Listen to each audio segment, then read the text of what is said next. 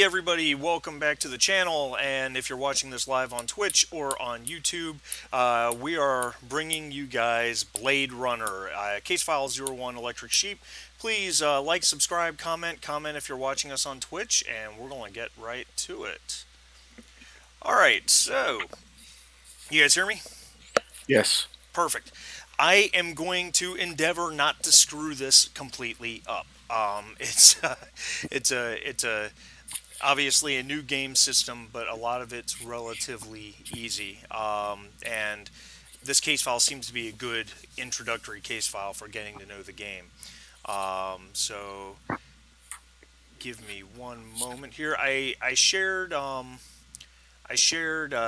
couple things with you guys. You guys should all see a handout called "Using the KIA" or the Kia. Not sure what we want to call that as yet, but it just tells you a little bit about what that unit is. Um, and let's see here.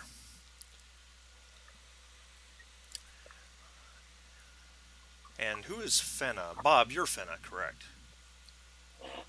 Great. All right. Give me one moment. Just getting used to the interface. It's the same, but different. Plus, they added all the handouts from the game and everything, and I've got to sift through it a little bit. Bob, I just threw you a handout, or Fenna, I should say. Los Angeles, May 2037. Toxic rain pours down over the city, where gigantic buildings dwarf ancient skyscrapers. Lights from huge billboards flash along the streets and wipe across the crowds of pedestrians in Sector 5, Little Tokyo District. The White Dragon Noodle Bar is crowded with customers sitting on stools, slurping their food out of bowls. Veteran Blade Runner Willem Novak is among them, enjoying a few days of hard earned rest and reading today's Independent Sentinel newspaper. Let's see here. You guys should all see a map of the city. I hope. Yep. Okay. Roger. Very, very good. Um,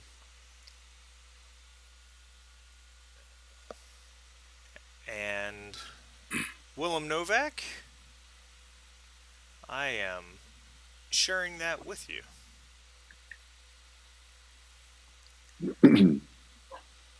Let's see. You're trying to find what you're sharing. Handout Hold on. B. And now B got it. In fact, it's not a big secret. I can go ahead and show it to all players. Okay. So, describe Willem Novak for us. What do we know about Willem Novak? Give me a sec here. I got to get out of this. I was reading the newspaper you just sent me. Willem Novak. I'm not going to be able to paraphrase this because I don't have him completely memorized, but no problem. He is a relic from the old days and old ways, pre-prohibition.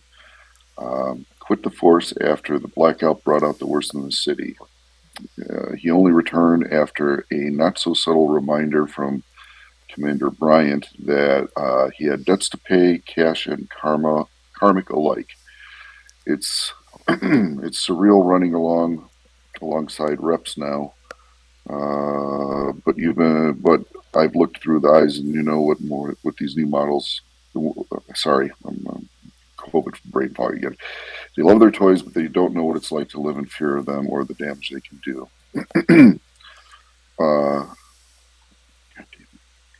Hold on one second.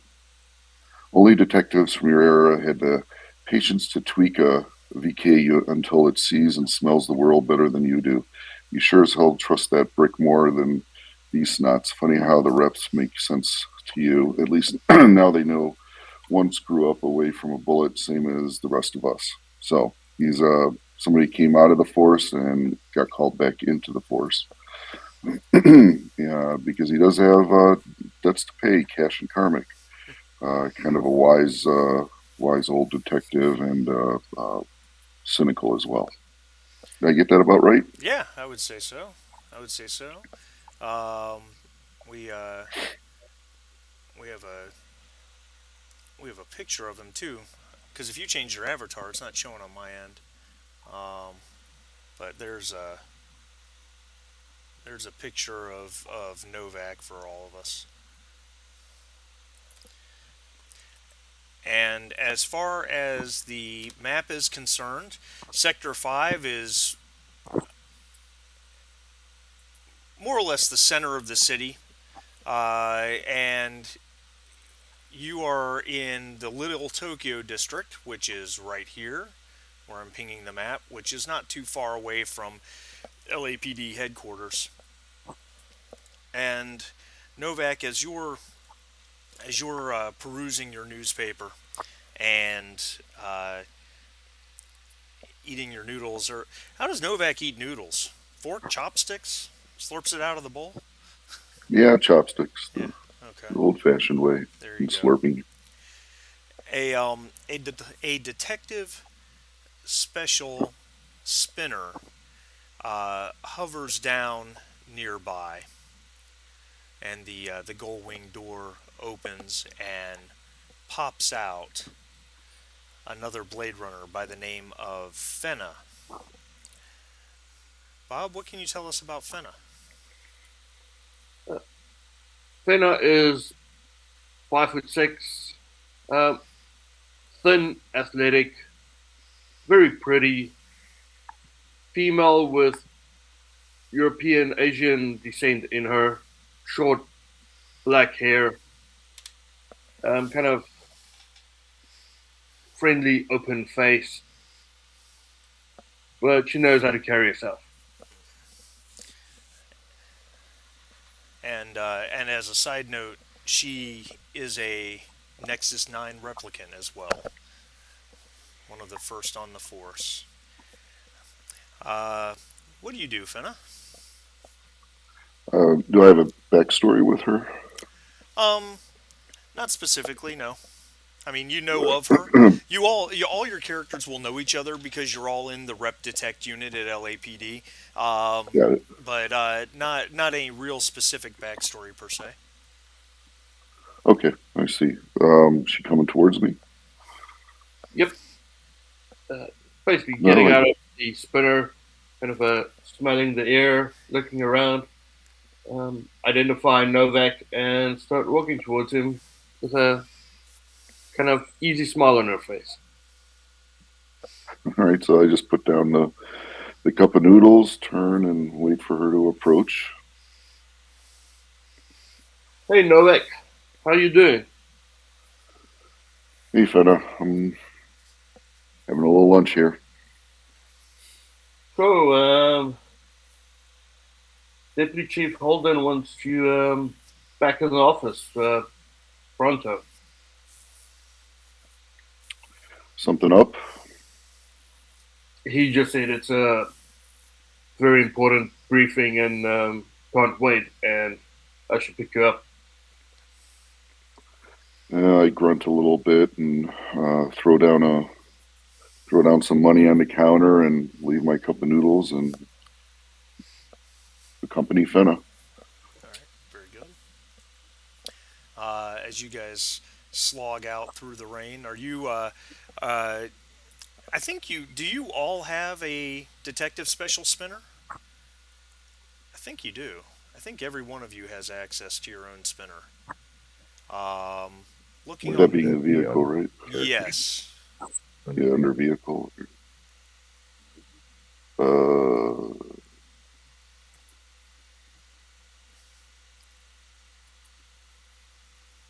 I'm not seeing a vehicle slot on the I character clicked sheet. on vehicle. It just says name and It archetype. just doesn't say anything at all.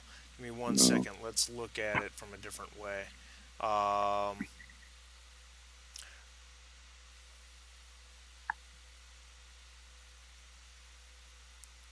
well, shit on it. I got an easy way to do this. Give me one second, because I got the hard copy of the whole thing. Give me one moment. Oh, I flipped right to it. Look at that. Yeah, so you all have access to your own spinner if necessary. The the oh, and I gave you guys all. I sent it all to you via email or through Facebook. A PDF of a form. It's a shift log tracker. You did see that. We have one here on our character sheet too, right? Oh, I believe you do. That's correct. So the game is broken down into shifts and rounds, and basically the trackers just to help you kind of keep track of what you did on each shift. You basically can go one place and do one thing in terms of investigations per shift. A little bit of leeway there, obviously, if you're investigating an apartment and there's a store right across the street. It's not a whole shift to go across the street, but game's broken down into morning, day, evening, and night. Um, you must you must you must have one shift of downtime per three shifts on the job.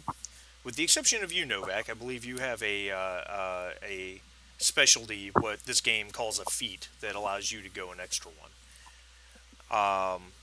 And I also filled in a couple things I found missing on the character sheets. Health and resolve were missing from the character sheets, so I filled those in, as well as a couple of you have specialties. I filled in what those do. So, all right. Sorry Yeah, about. got it. Yeah, under specialties, yeah, married to the job, I can go 4 shifts before taking a downtime without incurring stress instead of 3. Yeah. So LAPD Tower, the huge building that it is that contains access to the LAPD mainframe, Esper Wall, interrogation, morgue, crime lab, as well as the Rep Detect unit, everyone's offices, and Deputy Chief Holden, isn't far away from the Noodle Bar in Little Tokyo. As the raindrops, as the acid raindrops hit the windshields, you guys reach the tower and spiral down onto the landing pads. Deputy Chief Holden's office is just a few floors down on the Rep Detect unit level. Uh, his ceiling fans are always going at a slow speed, just churning smoke-filled air. As you guys come in, you see him standing. He has suit jackets on the back of his chair. His tie is pulled down just a little bit. He takes a long drag off of a cigarette and then wheezes it out, a side effect of the synthetic lungs he has after being nearly killed by a replicant 18 years ago. Um, he he nods at Fenna and Novak and says, "Sit down." And as you guys look, you see Olson Backer and Percival are both already there. Um, Marty, tell us about Percival. Well, um,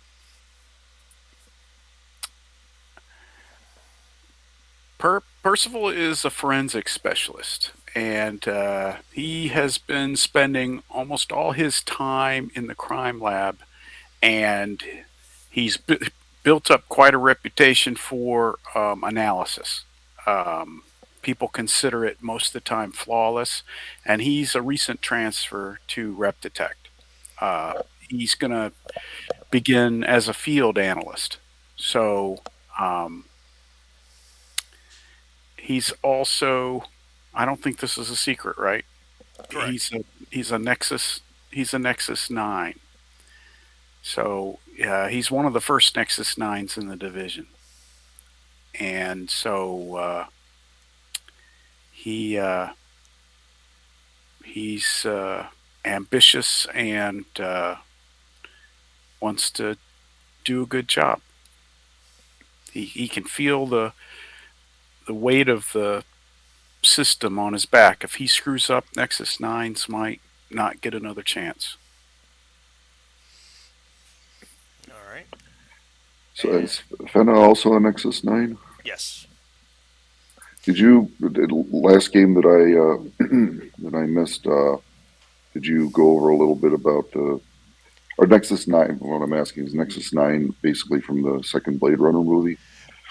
Yeah. So this game takes place 18 years after the first one and 12 before the second one, and the complete prohibition on replicants has just ended about a year ago, kind of unexpectedly, and Wallace Corporation, which rose up and purchased the ruins of Tyrell Corp and is now the replicant producing company, is furnishing replicant nines in a variety of ways, including to police forces. But they make other models as well. They make them for service industries, entertainment, all sorts of stuff. Replicant nines are perfectly legal on Earth as long as they are registered and they're doing what they're supposed to be doing, taking their baseline tests and that type of thing so that they prove that they're not a danger. When they go off the rails, they can be recalibrated. If they continue to go off the rails, they can be retired. Um, there are a number of It is believed in general that there's an underground with a number of Nexus 8s operating on Earth that are trying to stay unnoticed. This is obviously, based on the UN decrees, this is obviously illegal. So there's that. But yeah, Nexus 9s are perfectly legal as long as they're doing what they're supposed to be doing for whom they're supposed to be doing it for. Okay, that helps. And lifespan on them? There is no shortened lifespan. Nexus 9s have, and in fact, the newspaper I shared with you might have a little information. They'll shed a little light on that. But Nexus Yeah. 9s have implanted memories, which helps establish their baseline personality. Whereas what we saw, I'm sorry, I've got like a cat hair or something that's like hovering right in front of my eye, and I can't see it. Um, there's unlike what we saw in the original Blade Runner, where Rachel was a replicant and didn't know she was a replicant, and her implanted memories formed her personality. Nexus 9s all know they're replicants. There's nothing hidden there. And they don't have a full set of memories implanted. Usually it's just one, maybe two. So, Got it. That helps a lot. okay, good. Oh, and I didn't give you guys a physical description of Percival. He's about 6 foot, but he's skinny, and he doesn't look like a regular Blade Runner. I think everyone could look at him and know he's an analyst type. He, he dresses sort of like a grad student rather than a Blade Runner. So are they the Nexus 9s that are on the Force? Is it still vast minority or? Oh, yeah. There's only a handful. Oh, Pardon okay. me. Bob, you want to tell us about Olson Backer? Or maybe it's pronounced Bacher. I'm not sure. We shall say Bacher. Bob? I assume you were talking to me. Oh, I'm sorry. Yeah, I'm sorry, Sharif. Sorry That's about that. fine. There's no problem. Olson is 5'10". She's wiry and rough around the edges. She generally known for being somewhat hard-bitten. It's common knowledge that she served in the off-world colonization defense program and saw action. She seems to be somewhat bitter about her experiences. One thing you can say about her, she wears her emotions on her sleeve. If she likes you, you know it immediately. If she doesn't like you, you also know that immediately. Anyway, she's also known, some of the more anti-replicant guys on the Force, guys and girls on the Force, know her as, or call her a skin job lover. She's known for being, having empathetic opinions about replicants. And she's made many comments to the effect that they were better battle buddies than a lot of the humans that she served with. That's about it, I think. Yeah. All right, very good.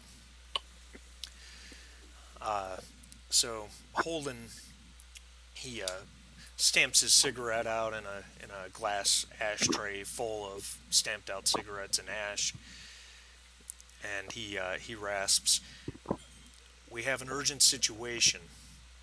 Last night there was a shooting in Sector 1, a sordid place called, for God's sakes, oh, okay, sorry, spam call. A sordid place called the Snake Pit on Nightclub Row. Two Nexus 9 Bladerunners were there, serial numbers LH3793 and SN9 148, code names Leah and Sandor. I don't know if you guys have seen them around, but anyway, Sandor was shot dead, and Leah is now missing. We have no idea where she is. I'm going to share a couple of handouts with you guys really quickly. Bear with me. Oh, I can just hit show to players. Haha. Show to everyone. And show to everyone.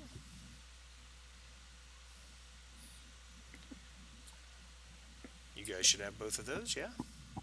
Yeah. Very good. Yep. Yep. And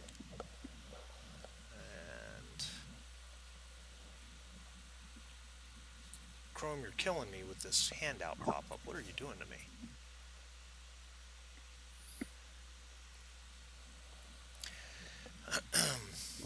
So they went to the Snake Pit to investigate suspected Nexus 8 activity, but we don't know if that's what triggered the shooting. According to local cops at the scene, witnesses said there were human supremacist jerks at the Snake Pit last night. Maybe that had something to do with it. We just don't know. I guess we'll probably read all about it in that sleazy tabloid Kill tomorrow. Marty, I have these a question. Cops? Oh, I'm sorry. Go ahead. I'm sorry, Marty. These two are cops? Yes, they're both Bladerunners in the Rep Detect unit. And they're both Nexus 9s. They're both Nexus 9s. Got it. So my question is, can people discern a Nexus from a human? That's a very good question, yes. Nexus 8s and 9s were both designed with something in their right eye that, upon examination, like literally in-game, an observation roll will let you know whether or not they're a replicant. So it's not like the old Nexus 6 in previous generations where you needed a VK machine to tell if someone's a replicant. If you get a good look at them, you can literally tell, or a physical examination, obviously. Okay, I was just wondering how suddenly, human supremacists would know. Okay. Yeah. So I need you guys to figure this out, and fast. I have the brass breathing down my neck on this. As you know, the Nexus 9 replicants were approved for use on Earth just last year, and mistrust against the reps is high. If someone out there is killing and kidnapping Nexus 9s, we need to find out and stop them fast. Plus, we've got a dead cop on our hands. There's something else. Wallace Corporation is pushing us hard. Their business depends on this new breed of replicants, and anything that jeopardizes that would be a major blow to their bottom line. They're letting us run the investigation, and they've offered their assistance. Their PR manager, Quell, is expecting you at Wallace Corp HQ to tell you more about Leah. Play nice with them. I mean it. You can play this any way you like, split up to cover more ground if you need to. I don't care, as long as I get the results, and fast. You have the resources of Rep Detect at your disposal. Use them. Sandor's body is being processed down in the crime lab right now. Of course, you can check the mainframe for personnel files on Sandor and Leah, any Esper footage of the snake pit last night. Maybe you'll get lucky. I have uploaded to your KIA all relevant information that we have so far. Any questions? Shake my head. No, not if it's all uploaded. All right. Although, could you just out of game? Could you just say again the part about the corporation? Yeah, Wallace Corporation is the company that now produces replicants. Yeah. They after the Tyrell Corporation murders back in 2019, Tyrell Corporation never really recovered. A For one, just the fact that Nexus Nines went on a rampage kind of killed their business. Plus, with Tyrell being dead and a number of other important people, so Tyrell went bankrupt, and Wallace Corporation appeared, purchased all the holdings, and continued development. And they're who now produces the Nexus 9 replicants. Okay, and we're going there for the reason that I forgot why we were summoned to them. Because their PR manager is expecting someone to come talk to him about the case. To talk to them about the case. Got it. They expect to be kept in the loop, right? Right. Right. So, this map, I will apologize. Of course, I don't know why I'm apologizing. I didn't make it. This map is a little big and cumbersome. Literally, I've got the hard copy, and the hard copy takes up an entire, 2-foot by 8-foot table. Oh, jeez. So, yeah, it's big and it's very detailed. You guys are here, which is the LAPD headquarters. Okay. The snake pit, which is very hard to see, is up here in Sector 1. Okay. And then the Wallace Corporation headquarters is way up here in Sector 4. And then you've got whatever other avenues of investigation you want to go through. Okay, so I have an out-of-game question. Okay. I was looking at using the KIA. Sounds better to say Kia because I don't like the other connotation. So, and it says you're expected to report evidence every day, upload it Right. every day. Choosing not to upload some information. So there might be times when, for various reasons, we don't want everybody on the force to have access to something, especially if it's only just a hunch or something. So obviously the group can decide not to upload something, but in the game mechanics, what if a single investigator chooses not to even share with his teammates? Then it's so that's exactly what the KIA is partially for, because you guys are likely going to split up the workload on the investigation. Right. People go different directions. So the KIA is for the purpose of you being able to share evidence with the team if anybody has an idea about it, for example. Now, if you have a piece of evidence that you choose not to share with the team, that's completely up to you. Now, in case of out of game mechanics, the other players may see or hear that piece of evidence. It's just on them to realize their characters don't know it, of course. And if it's really sensitive, we can still use whisper mode, right? Sure, absolutely. Yeah, you could, uploading it to the Kia unit just makes it, leave her alone. Cats? Orange cat, yeah, chasing okay. the uploading it to the Kia unit just makes it readily available to everyone in the team, as well as the mainframe, the LAPD mainframe. But if you just said, "Hey, I found this, and I want to make sure the team knows it, but I don't want to upload it yet," you can do that. Yeah. So okay. So yeah, that would simply be when the team's back together. You just say I let them know this. Sure. All right. Um. So let's back in game. Um,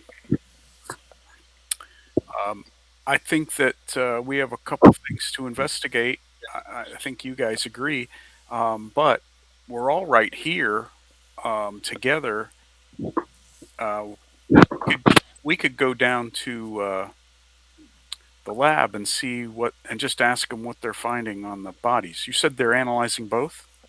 No. Just Sandor's body. They don't Just know. No Sandor. one Oh, knows yeah, where the other Louis one's is. missing. The other girl's missing. Sandor's the one that's killed. Right. He is KIA. That's correct. What Yeah, did we you need to Then put our we heads will together. yes, we report on the KIA. Right. Did you say something about there being footage from the snake pit? No, he Well, suggested that you could use the Esper wall to see if you could find anything.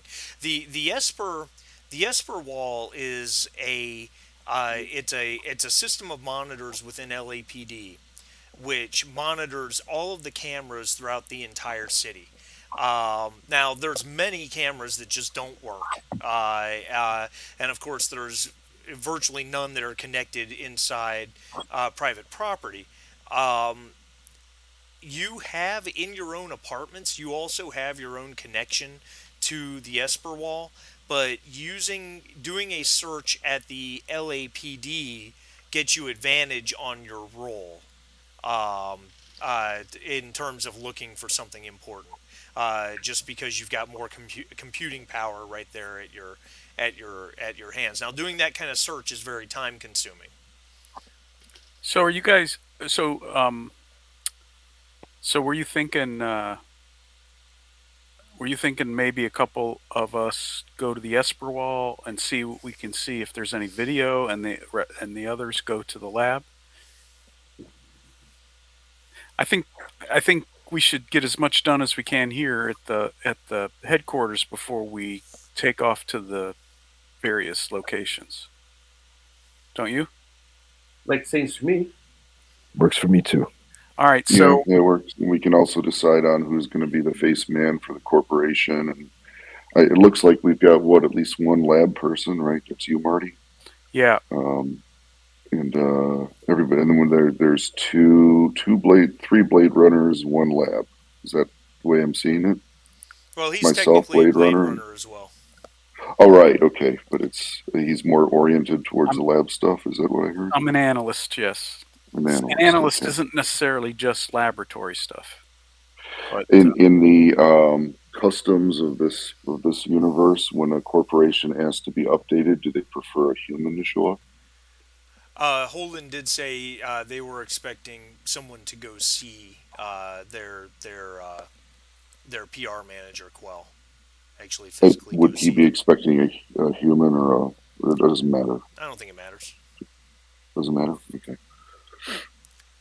All right. Yeah. So let's I'll go down to the lab, check out the body. I don't know that there's anything there to see, but we'll see. And at least me, it'll go down there. Anybody else wants to join me, or you can do the Esper wall. Yeah, you have the Esper wall and the mainframe as well. Yeah. That someone can now using the Esper wall and the mainframe is a tech roll. So keep that in mind when whoever is going to do what type of searches. Um, and I guess maybe that would be helpful if we do a quick rundown in terms of what each character is particularly good at. Yeah, that would help. So we'll just start at the left and go right. So Percival's obviously a field analyst. So his strengths mostly are.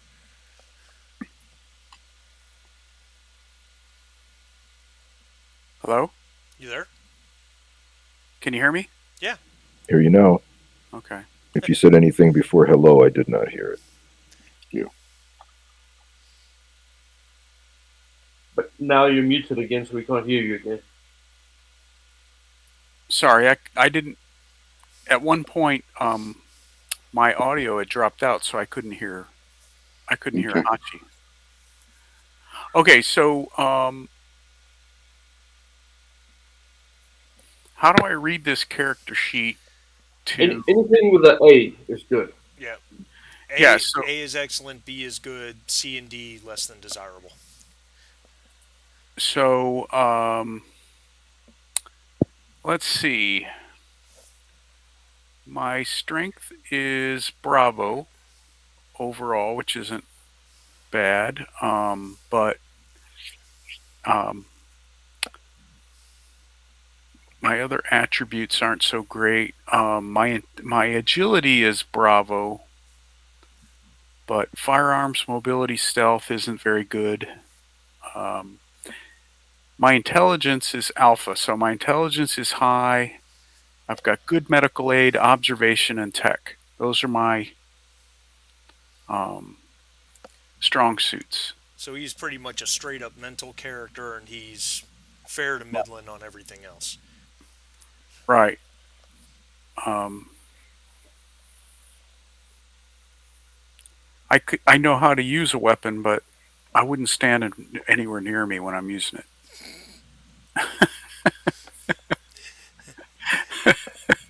Well, there you have it.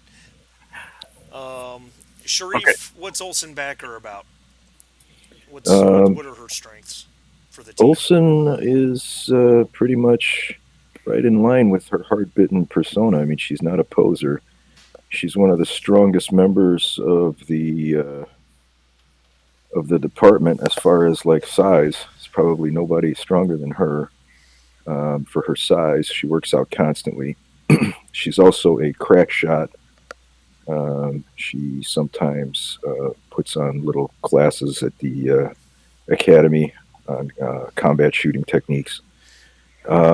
She's those are alpha, so she's at the top of her game for strength and firearms. Bravo are stamina and hand-to-hand combat, so she does a lot of bag work and jujitsu.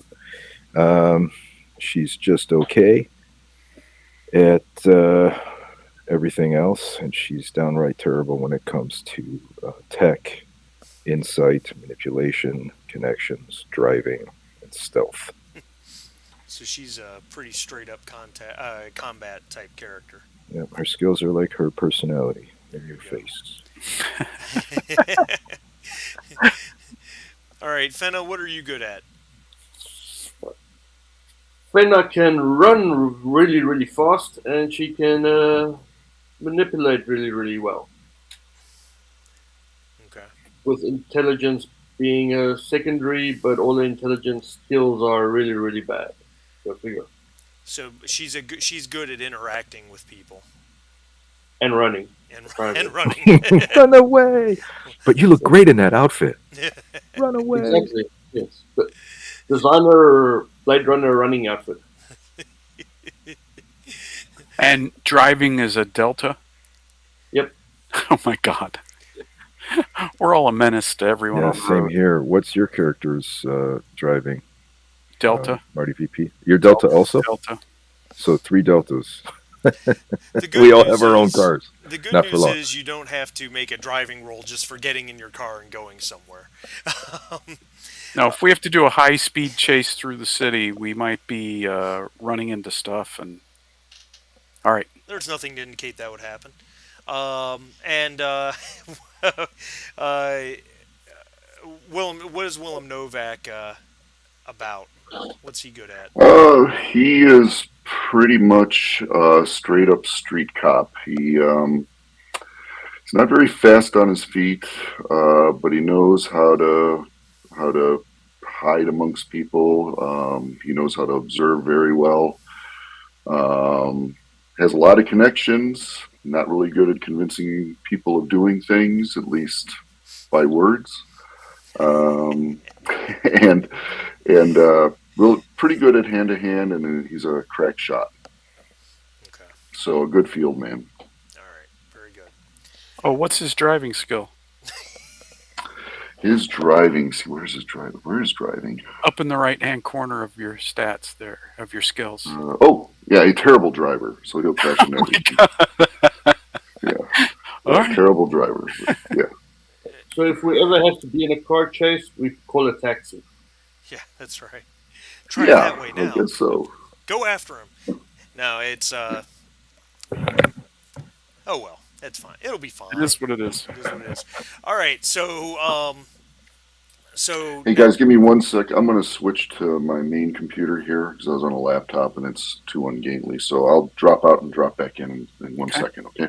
okay. Well, tell you what. Why don't we take a quick minute? I'm going to run to the. While he's doing that, I'm going to run to the restroom because I've had a lot Okay. of coffee this morning. I'll be right back. Okay. Roger that.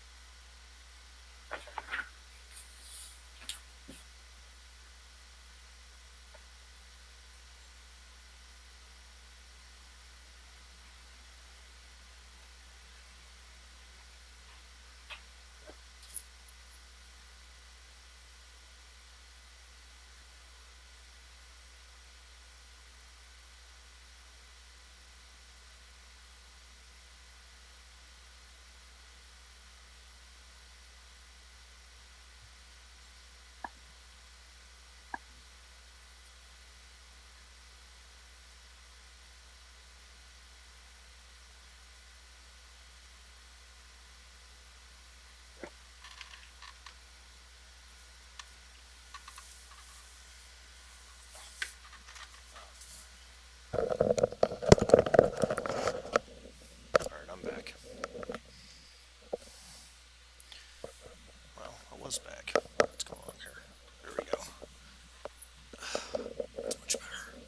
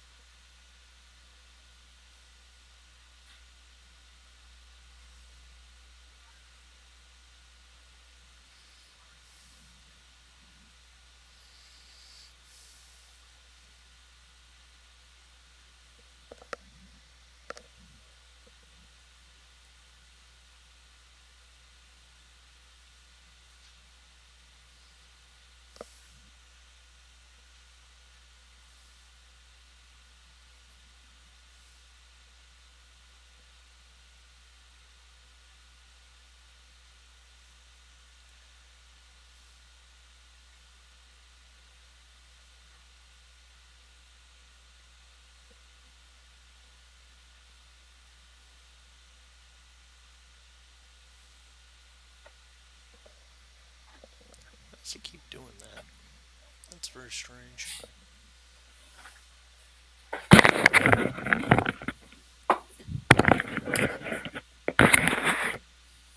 There he comes. Alrighty then.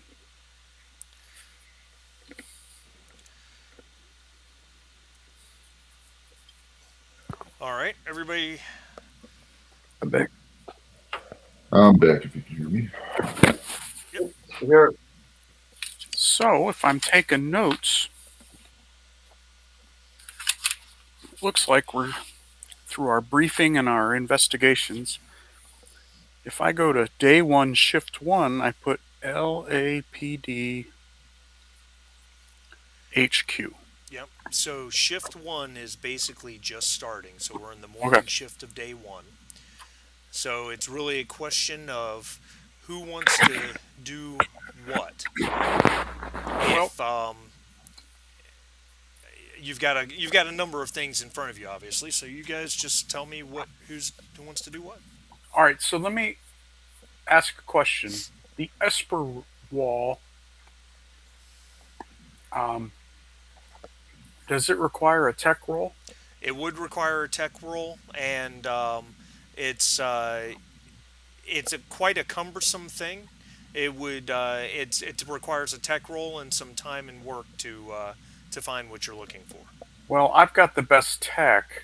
Now, even though I'm an analyst and I used to work in the lab, and I'll know people in the lab, maybe it might be better if one of you guys goes to the lab to find out what they're learning, so I can work the Esper wall because I've got a better tech roll. Yeah, I can go ahead and do that. All right. So I'll head to the lab. Now, as far as the cadence of the game, so with the shift log, do I then just say morning, LAPD lab? Yeah, that'd be fine. Absolutely. Okay. What does Olson Bacher want to do? I think she'd probably be better investigating the snake pit than doing PR at the what's it called? At Wallace the Corporation? Wallace Corp. So she's going to try to angle herself to go do some investigations at the snake pit. Okay. And then Fenna, what would Fenna like to do? Fenna will first go to the lab and then probably Wallace afterwards. All right, perfect. So what I am going to do is I'm going to start with Fenna and Novak, since the two of you are both going to the lab. It just makes it easy for me to do that. So as you two, May I make a suggestion? please. Instead of having two people going to the lab, it seems like it'd be better if two people went to the snake pit. Ah, One, it might be dangerous. what the heck? Did you guys just see that? Yeah, I clicked something. Just something ignore in it. the handouts. Yeah, Shane? Yeah. One of the Well, portraits in the handouts. sorry about that. I was thinking maybe while we're at the PD, two people do Esper wall and mainframe. Two people do autopsy, and then we split up in two parties and then go out. So we always buddy up That makes sense. What do you want my character to do then? because of the aliens on the ground.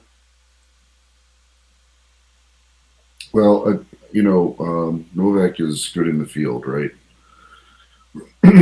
So whoever the two good field people should probably go to the bar. I'm not sure. I think almost anybody except Marty's character. I don't have the names showing for the other characters. I got LeBob and I got Marty VP, so I'm not sure. I gotta make notes on who they are. Marty is Percival and Bob is Fenna.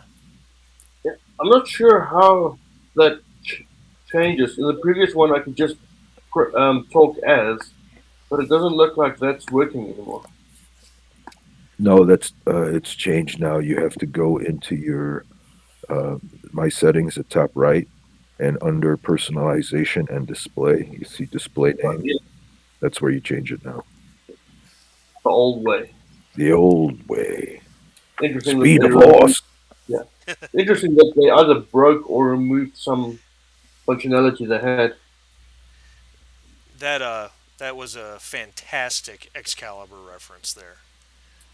I am so impressed that you got that. That's awesome. You're not. Thank you. You are not getting a movie reference past me, buddy. No joke. I think I've seen Excalibur 30 times.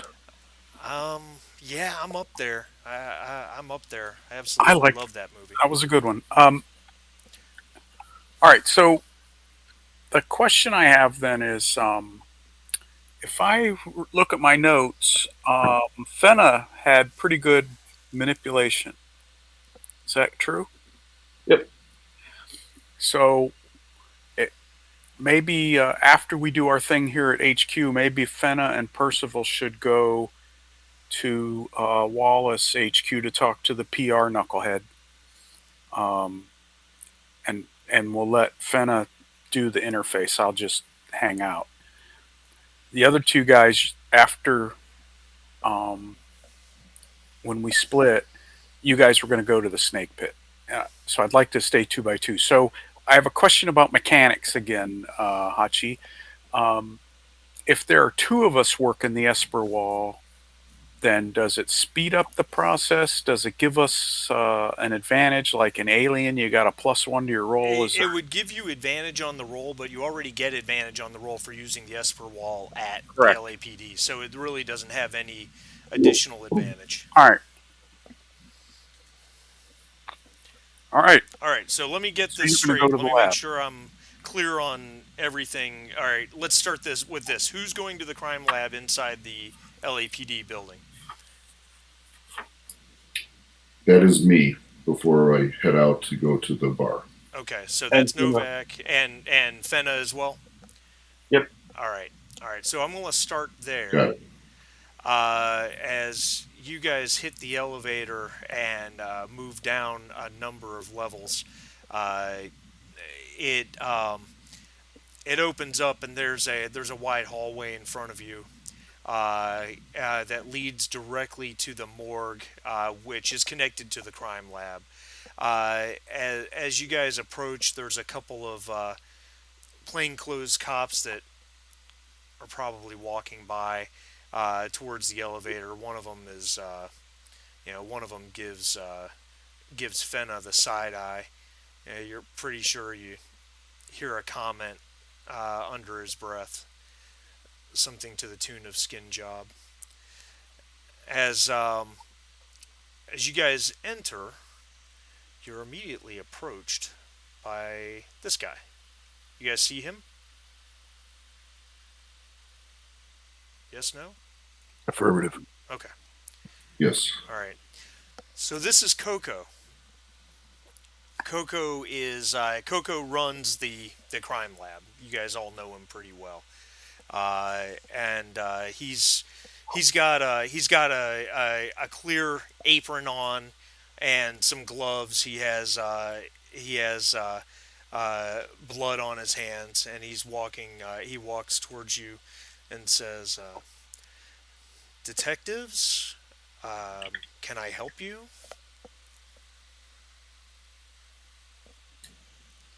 Did you say he has blood on his hands?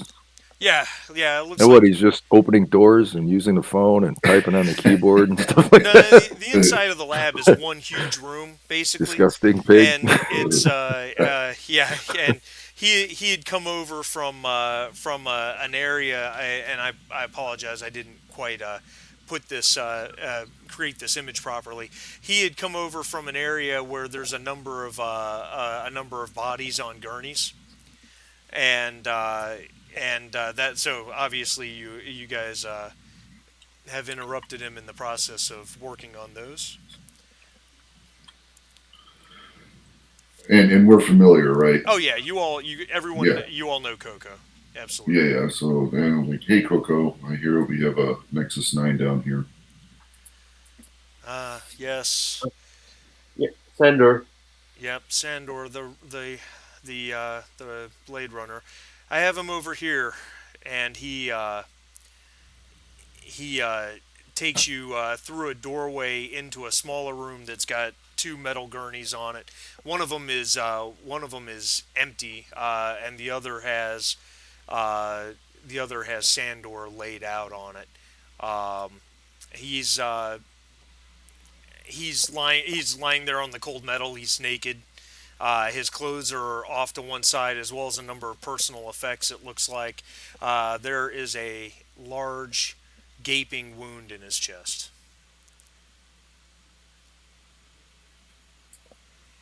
Have we figured out what kind of firearm did this? Says, well, Or weapon? no one's recovered the slug at this point. It definitely was not a sonic round. It was definitely a bullet. Point blank, large caliber weapon. Not certain at this point.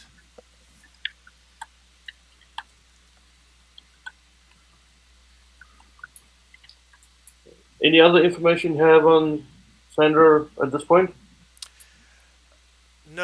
we did an inventory of his personal effects. They were unremarkable. ID, badge, his weapon, his clothing. Nothing unexpected. Obviously, he was wearing a T-shirt and a leather jacket. His T-shirt is somewhat damaged.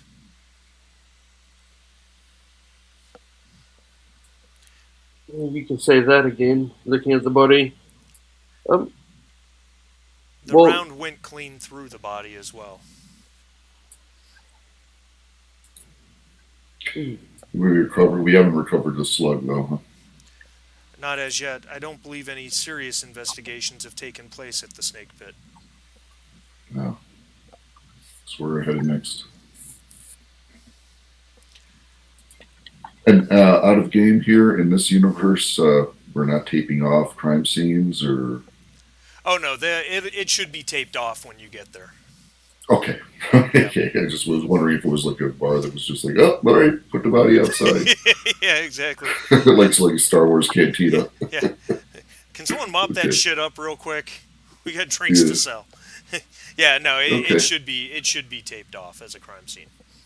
Anything else my character should know about the lab that might point him to questions? I mean, is there Um, anything removed from the body? Is there anything?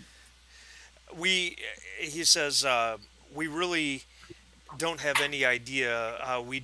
We do not know what he had with him, but everything that he would normally carry seems to be here. He has his weapon was here, and we checked. It's undischarged. Um, so beyond that, there doesn't seem to be much that we can tell. If perhaps if you found the slug, we would know more. Now, as a side note, since I mentioned weapons, let's talk about weapons for a second. All of you have a weapon on your character sheet. Um, Two of you, Novak and Bacher, have a PKD 5223 blaster. Okay? That weapon has three different ways you can shoot it. Okay? One of them is the sonic blaster round, which is exactly what it sounds like. It's a high-powered sonic attack that has a relatively short range and doesn't do a lot of damage. It's very unlikely to kill somebody. Okay? But your gun also fires 44 special caseless rounds, which are obviously significantly more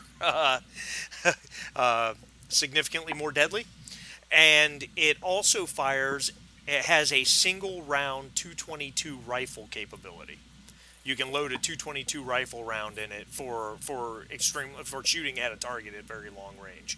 In general, we do not count ammo in Bladerunner. However, if you fire that round, it's only one shot, so you would have to spend if we ever get into combat, you would have to spend a turn reloading it. So what was that blaster? That's the PKD 5223. And they have that one. Okay. They the have other two. that one. Sorry. You want one, don't you? Well, Fenna I'll and let you look at mine. Percival, yeah, that's right. Don't touch it. Have a less deadly weapon known as the PKD FKM 890.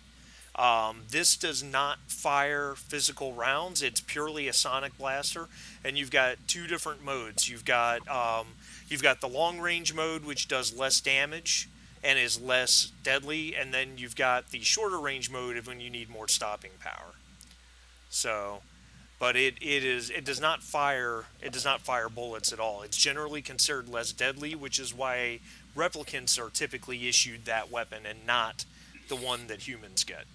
Okay, so it's sonic, which means essentially that connotates a pressure wave. Correct. All right.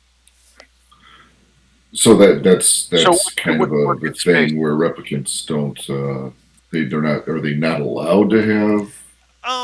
No, it's not so much an issue of not allowed. It's I don't think that the LAPD and anyone else employing replicants in this type of capacity have gotten to the point yet where they trust replicants with the deadliest of weapons.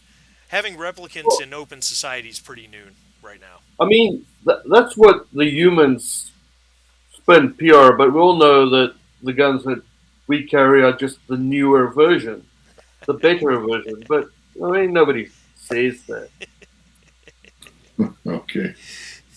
Excellent.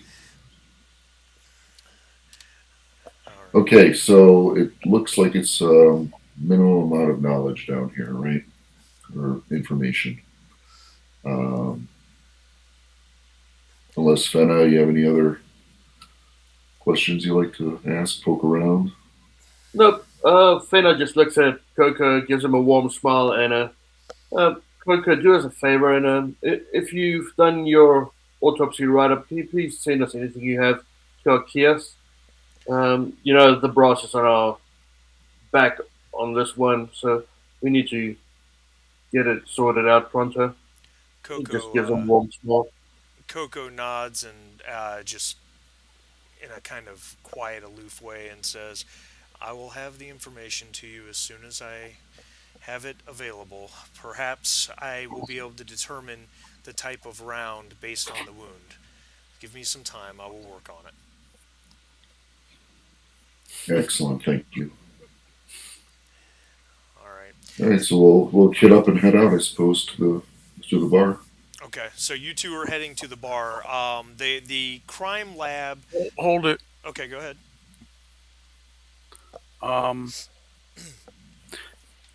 So that would leave. Sorry. That would leave Percival and Bacher to eventually go to Wallace. What's Negative. I would say we get together before we leave out. right? Okay. Let's get together and discuss it before we leave. All right, Yeah, so I that's think fine. We'll do that. Willem and Olsen to the snake pit, right? And you two, the replicant half to the corporate building. Okay, because the that's right, crime yes. lab and morgue side of things probably didn't take more than 15 minutes. Right. So there you just guys wasn't could come much back there. to the Esper room because we're still All going right. to be looking at shit. It sounds like a very snazzy nightclub to me. So Percival, as you start to work the Esper wall, you begin to realize that this is going to take quite a bit of time. This is not something you're going to be able to come up with in the matter of a few minutes. It's going to take a few hours to sift through everything. But if that's what you want to do, then you will make the first roll of the game. Okay. Well, I think we need to know if there's any surveillance video in or around the snake pit that would show us something. Okay. So what you're going to do is you're going to make a tech roll. Now, when you open your character sheet, make sure you have the advantage button clicked. Up at the top, it says advantage, normal, and disadvantage. Yep. So make sure you have advantage clicked. Okay. And make a tech roll. Should just be able to click tech, and it should just do it. All right. So, wow, look at that. So, Can you interpret that for us? I am. The three dice that you see there, the 3, the 10, and the 10 are the 3 dice he rolled. Now, he gets and if you hover over it, it says D12 equals 3 when you hover over the 3. When you over the next one, it says D12 equals 10, and the next one says D12 equals 10. So, obviously, the D12 is what the die was. And then the number is what he quote-unquote, physically rolled. Any roll of a 6 or higher on any given die is a success. Any roll of 10 or higher is 2 successes. Now, normally a roll would only be 2 dice, but because he had advantage, the system automatically rolled an additional of his lowest die. Now, both of his dice were D12, so he got 3 D12s on that roll. And because of that, he had 4 successes. There's the 4 with the big green circle around it. Wow. So, yeah, he succeeded immensely. Now, Say again about the 4. So 4 is because 10 is two successes. Correct, so and he had 2 10s, so okay, he had a total of 4. And there is a button underneath that to push the roll. Obviously, in any given successful situation, there's no need to push, right? There might be instances where you would want to push an already successful roll. Contested rolls in combat, there might be some opportunities there. But when you push a roll, it's only going to it's your and we'll get there when we get there. But Well, no, but let's discuss it. okay, well, if you click the push button on that roll, for example, it in fact, What? you know what? I don't know if it's going to show. Yeah, when I try to click the push button, I just get an error. And it might be because of the successes. Well, if you have 4 successes, so what are the mechanics in pushing? The mechanics in pushing are that you would re-roll any dice that were not successful. You Okay. cannot re-roll any dice that had a 1. Okay. Oh, okay. And then if you push the roll and roll a 1 on any of the new dice, you could take damage or stress. Well, you will take, not could, you will take damage or stress. So it's not like Alien where when you push a roll you automatically take stress. In this, if you only take damage or stress if you get a 1 on a push die. Okay, and where do you enter? It works a little differently from Alien. If you look at your character sheet, you scroll down below your weapons, and you have Okay. health and resolve. Yes. Okay, so replicants never take damage from a pushed roll; they only take stress, and stress is basically a point of damage to your resolve. Okay. Okay. Humans, on the other hand, if they push a roll and get a 1, they will take a point of damage if it is a physical related roll, like something related to strength or agility, or they will take a point of stress if it's a mental related roll. Okay. Now, does the game, let's say I push this as an example and I got a 1, would the game automatically change the number or is No, it I'm manual? pretty sure you would have to physically do it. All right, so let's just push and see what happens. It's just going to roll the 1 die, right? You might have to select the die that you want to reroll.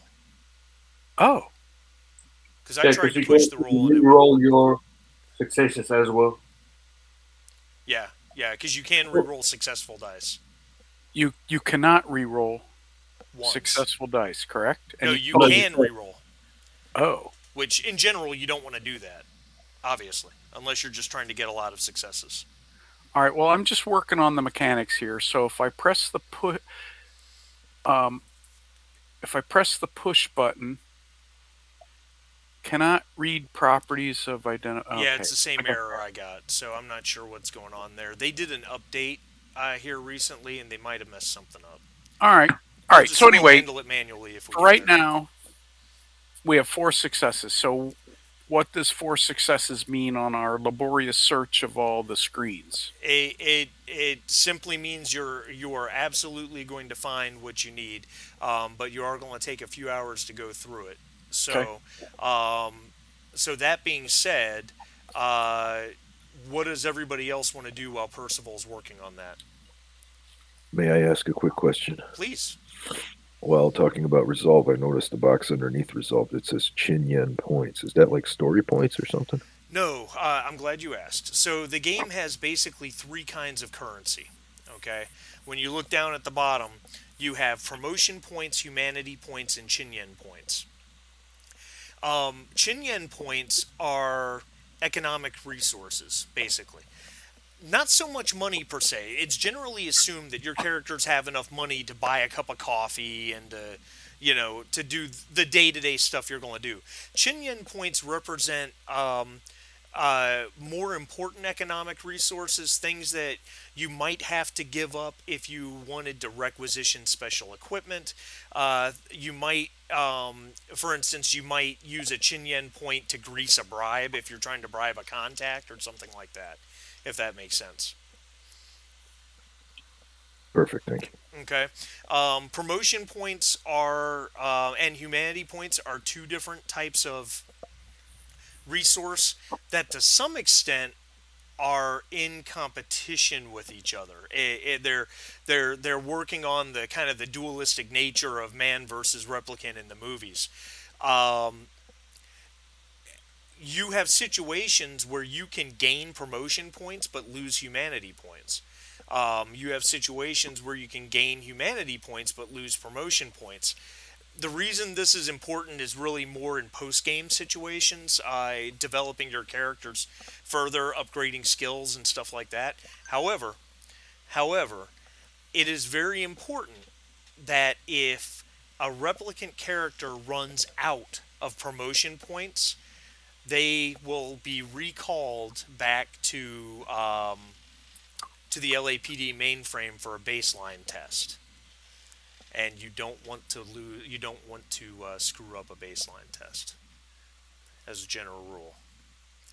So if you remember, Bladerunner 2049, he did a couple baseline tests. It was the one where it kind of seemed like a word association. You're not even close to baseline. Yep. Yeah. There you go. Exactly. So. All right. So while Percival is climbing through the Esper wall, what's the rest of the team doing? Who's going to the snake pit? The humans. Okay, Yeah, Backer and Novak both are going to the snake pit. All right, so go ahead and put on your morning shift that you investigated the snake pit, and then is Fenna going to make the trip to Wallace by herself, or is she going to wait or do something else? Or She'll wait. She'll assist on the wall, or just run coffee or something like that. Okay. I'll wait for a partner. I know tech's. I don't know that tech is her strong point, but she can also, if you also have access to the LAPD mainframe there, if there's anything that you want to investigate with the mainframe. So, because Marty's role's going to take. Well, let's answer that question. She just want to hang out, or is there anything she wants to try to do while she's there? No, I think just hang out. Okay, perfect. That'll be fine.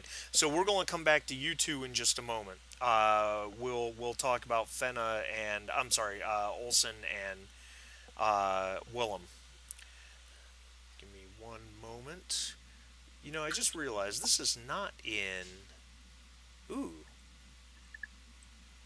This is not in alphabetical order. That is not helpful. They literally put the whole game into this, which is great. So I can just click the right thing and bring it up. Unfortunately, the locations and all that stuff they're not in alphabetical order, so it can be a little difficult to find. All right, very good. So the snake pit is way up in Sector 1. And so the two of you fly. Are you taking separate cars, or are you going in one? I think in one. So the two of you cross over mostly residential sections. Once you leave Sector 5, you're going over mostly a residential section of the city. Old, dilapidated skyscrapers that are mostly empty, but someone has renovated. One level as part of urban renewal or something along those lines. The snake pit is a variety club that is absolutely infamous for its strong drinks and five-star entertainment. Novak especially would probably also remember the sordid history because back in 2019, one of their performers was a fugitive Nexus 9 who was retired on the street nearby. Believed to be part of the infamous murder spree of the Tyrell Corporation.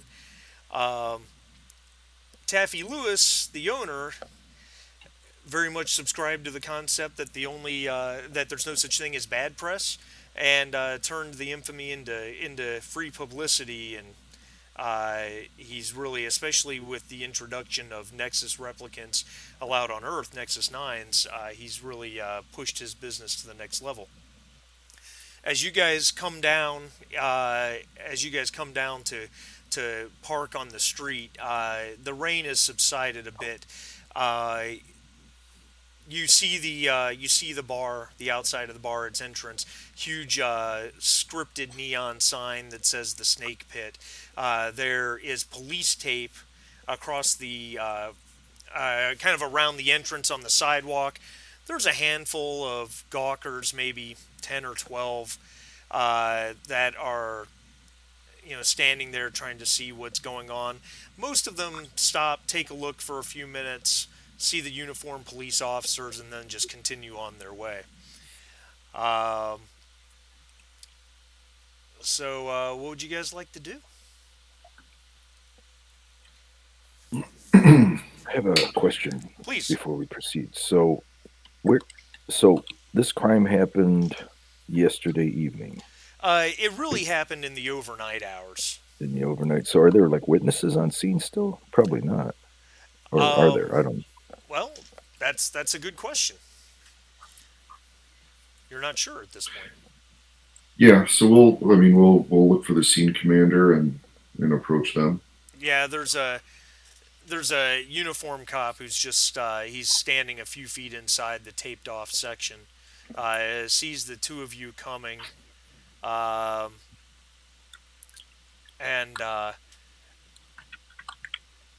he comes forward and he lifts up the tape for you guys to duck underneath it, and says, "Thank God, you guys from Rep Detect."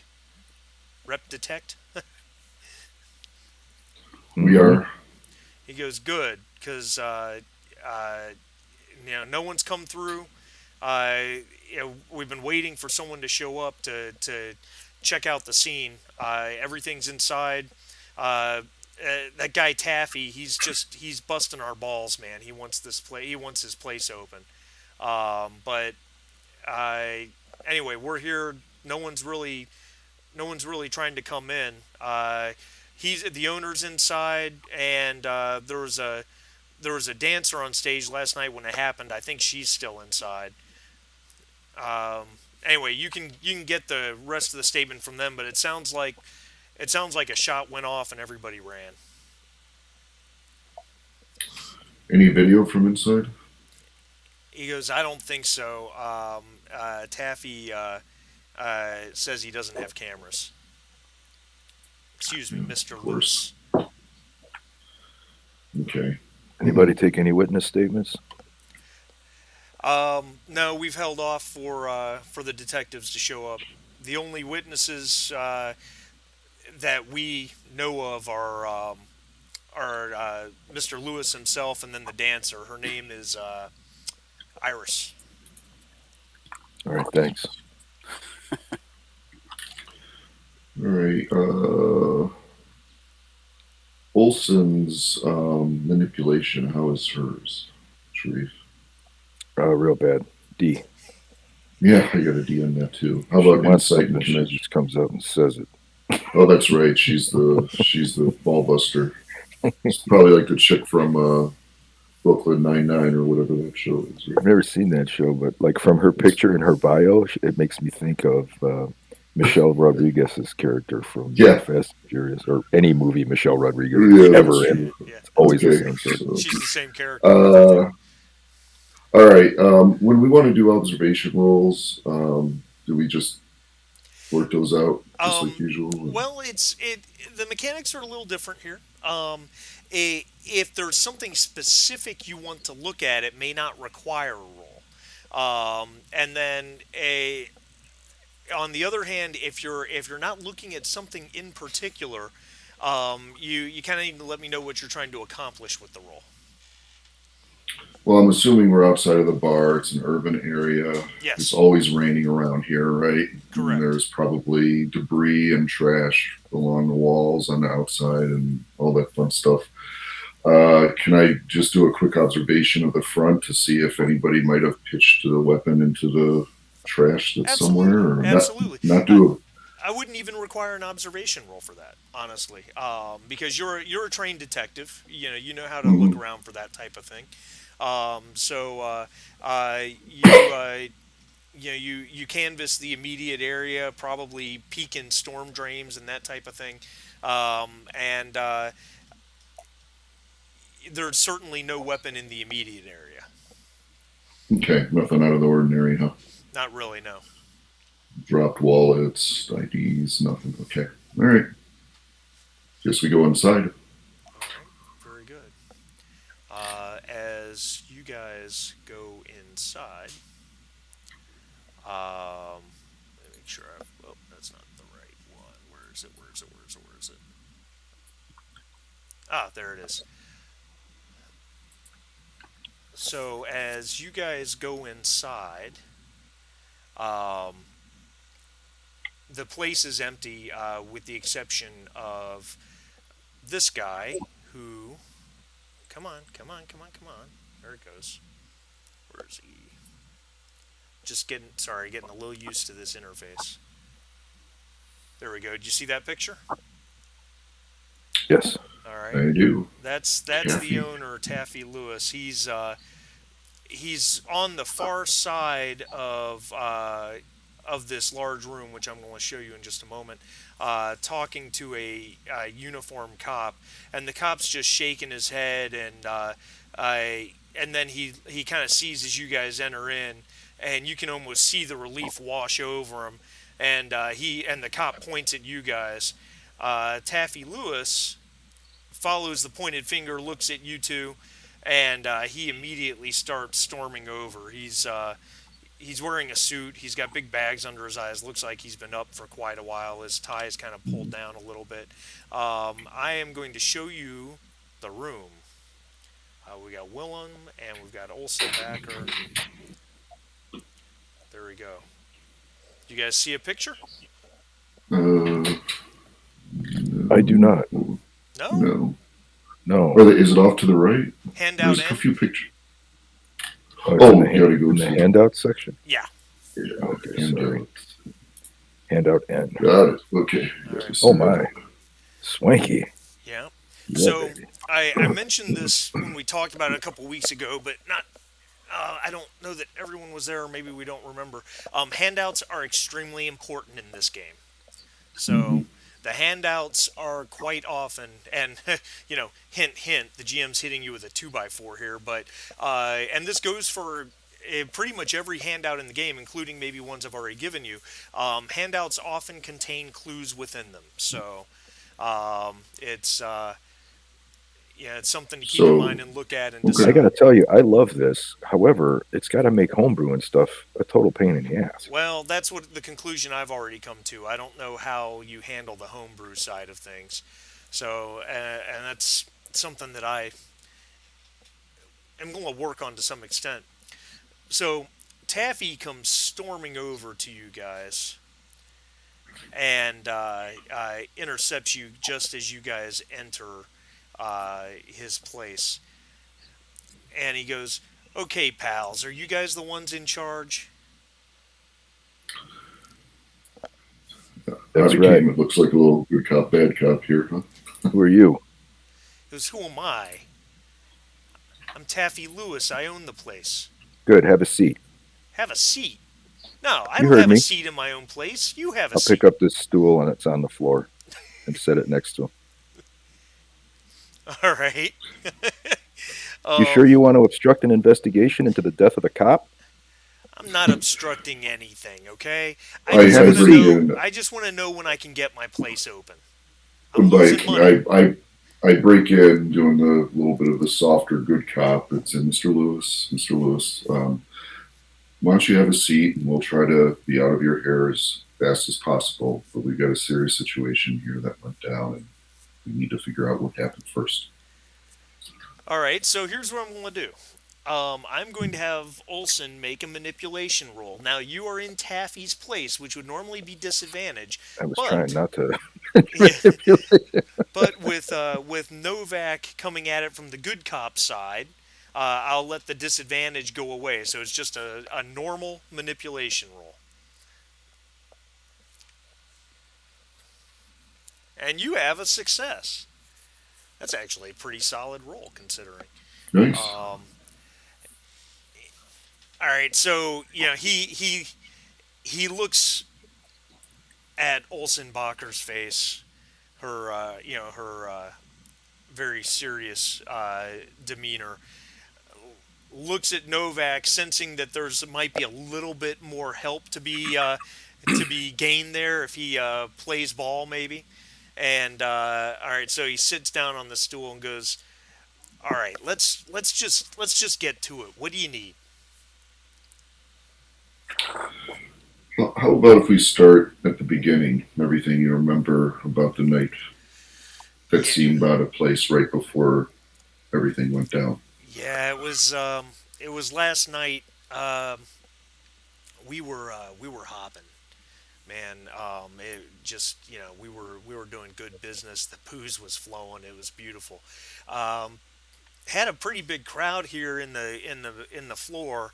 Uh, one of my girls, Iris, she was up on stage.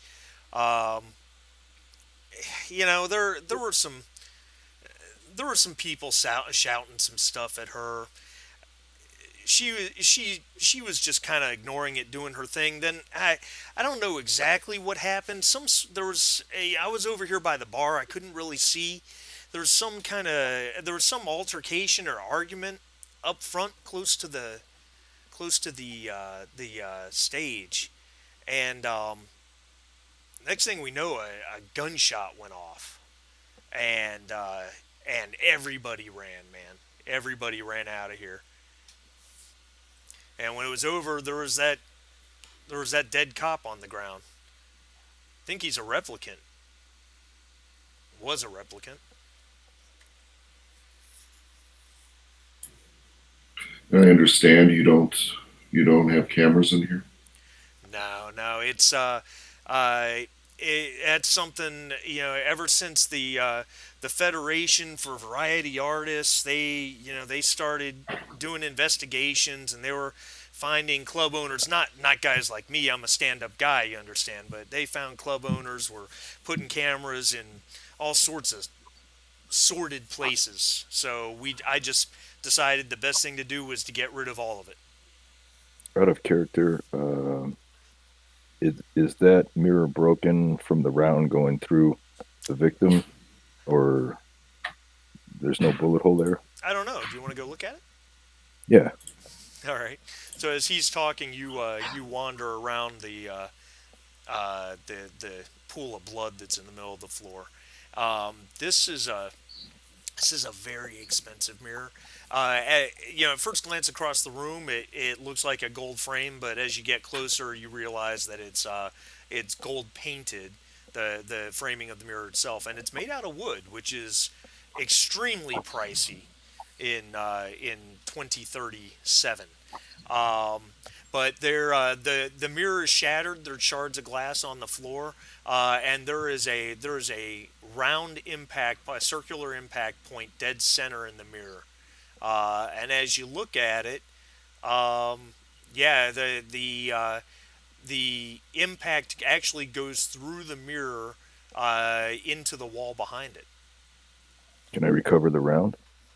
Um, yeah, yeah, absolutely. Put it in It's a little evidence bag. Yep, no problem. And that's another thing about gear. It's generally assumed that you guys would have any standard gear that you need to do your jobs. Other things you might need to requisition, but things like evidence bags and stuff to investigate a crime scene, you guys should have all that. As a fairly proficient shooter, do I recognize the caliber of the round? Yes, yes, you do. Not only the caliber, you recognize the round itself. Is It this a police issue round? it's a 44 special caseless round, fired by definitely fired by one of your own blasters. Is this the round that killed, what's his name, Sandor? Um, well, no way to know for sure without a crime lab confirming it, but based on the description that based on the description that Novak got from it, it seems likely. He said it was a high caliber. He said it was a high caliber bullet fired at point blank range, and this type of weapon could easily kill somebody outright, go through their body and clean through. I So would like to access Kia okay, and see if there's a record of Officer Leah's service weapon. very good. Um, that is Well, that would be you're trying to connect to the mainframe and do a search. So why don't you make a tech roll on that? Ooh,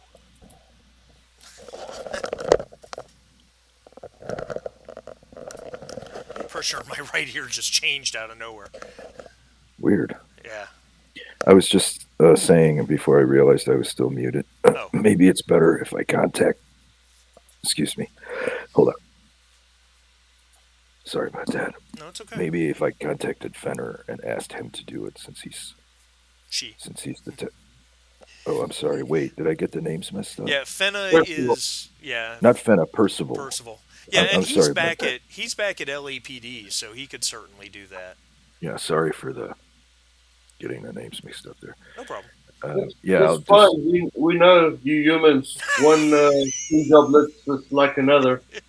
Well, don't forget, Olson is a big replicant fan, so you got to know who your friends are, you know.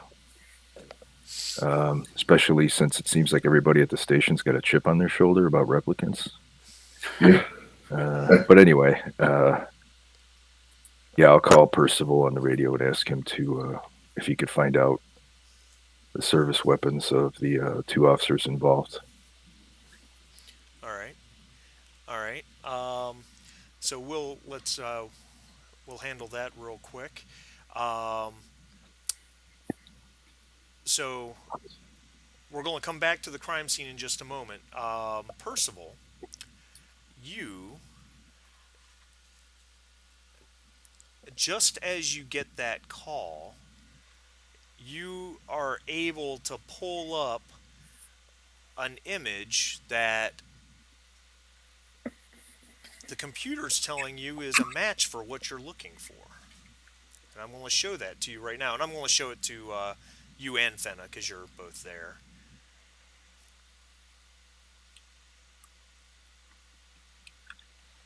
You should see it as handout I. Oh, okay.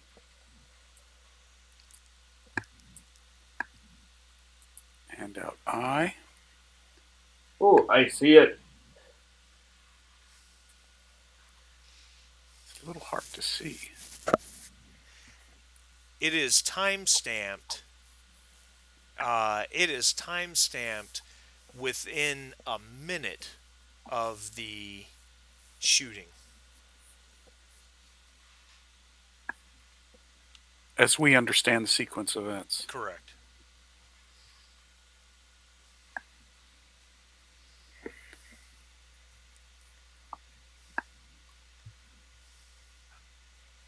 God, how do you see anything? I see.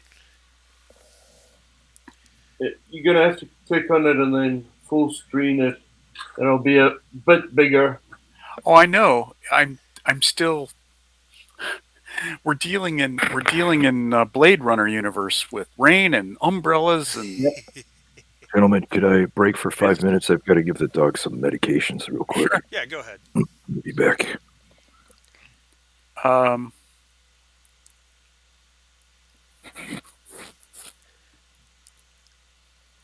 So, Okay. to help you interpret a couple things you're seeing, obviously there's a whole bunch of people with umbrellas Right. that don't seem to be, from what you can tell, don't seem to be particularly bothered by. No, they're just moseying. They're just doing their thing. There's a couple gyro cars on the street. Nothing special about them. They're all pretty standard makes, except for one in the upper right-hand corner of the image. There is a cab. Beyond that, the other cars just don't. They're just pretty standard vehicles, it seems. The upper right-hand corner? Yeah. So does this mean we go 0, 2, and 10 enhance?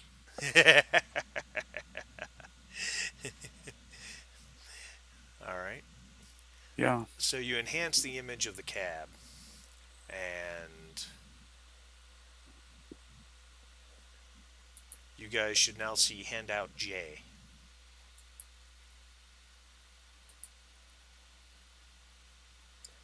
Wonder how you do this without GM prompting. Enhance every single thread until Yeah, you get a yeah. new handout You or would probably just say we just we enhance every grid square till we find something we think is useful. something. Yeah. Yeah. um, okay, so I guess the next step would be to try and enhance on the figure. That figure is entering the cab. Looks like it Looks like it. when you try to enhance on the figure, it becomes you lose the resolution too much. It's too Okay. grainy. It's just you're not getting there. All right. Am I looking at the cab number there near that thing that looks like a A barcode barcode. Yep. or Alpha 4 Yep. That would be the cab's ID number? ID number. Correct. So Absolutely. I'm going to write that down, cab 4 Alpha 4, because he's got some splaining to do. Um, actually, he just needs to talk to us. So we need to question that guy. Um,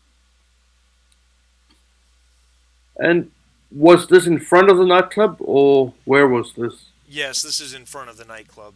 It doesn't look like there's at least no functioning cameras anywhere else in the immediate area.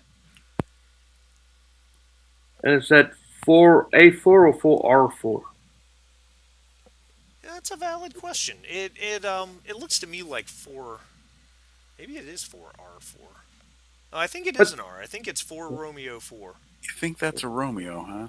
Yeah, as long as it you could. keep it consistent here, doesn't Yeah, matter. yeah, it could be an alpha. It doesn't really matter. No, we know the code. We're going to find who the cab is. So, Yep. Correct. So as you guys are coming across these pictures and enhancing, you get that call from Olsenbacher asking you to look up the personnel files on Leah and Sandor to see what kind of weapons they were issued. uh, so And we hold it. probably have Let me ask a question. Fenna, you were in the lab before you came up to Esper, right? correct. Um, I don't remember if you guys asked. Was there a weapon found with the body? Coco did tell you guys that there was that Sandor had his weapon on him. It was there in the lab amidst his personal effects. Okay. And it wasn't discharged. And he I'm did back. say it was not discharged. That's That right. was not discharged. Okay, so I'm right, so- guessing we all have the ballistics on file for every Bladerunner weapon, so perhaps just match the picture they sent through with the Well, ballistics on file. okay. I was going to I wanted to do two things. But I have a question on mechanics. I'm assuming I can grab these screenshots or pictures or freeze frames from the video, and I can upload these from Esper to our folder for the investigation folder on the mainframe, Yeah, absolutely. and To also your Kia unit. and to the Kia unit. Yeah, Yeah.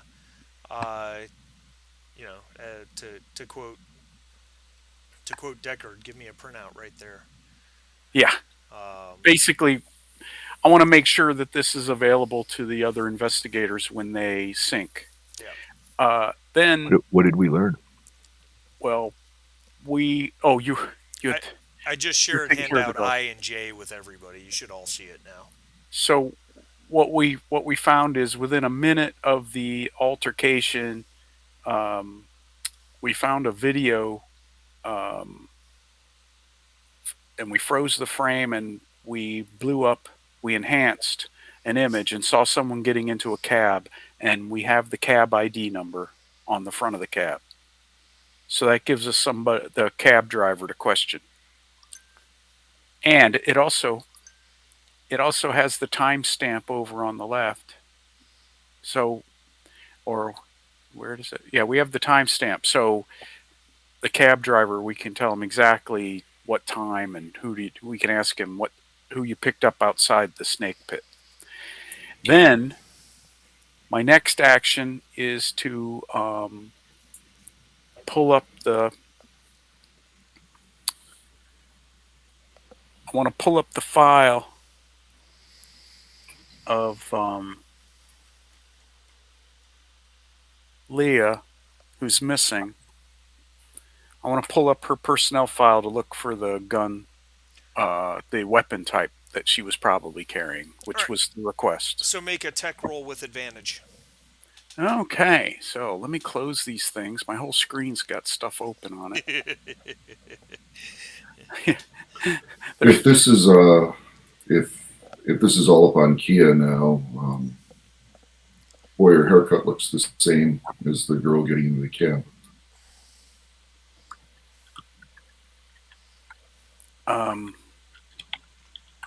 Tech roll with advantage. Yep.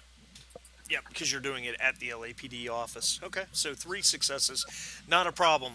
Sandor and Leah were both issued the, with the, I'm sorry,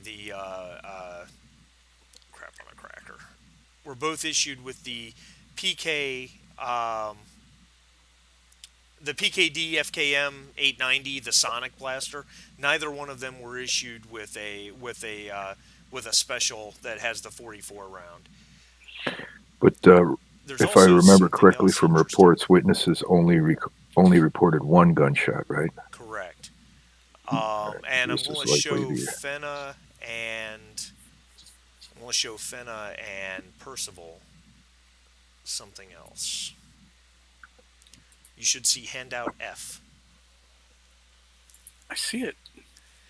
There's a note in Leah's file, a performance report note, and when you open it, you see that information right there.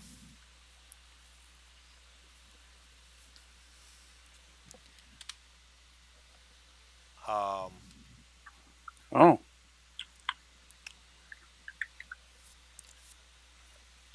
and by the way, Percival, I also shared a handout with you towards the very beginning of this. Did you see that?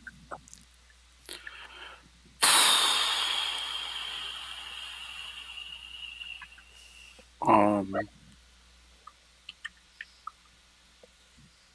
handout. Is it labeled? Yes, it is labeled. Um, darn it. I'm having some issues. I'm trying to send you.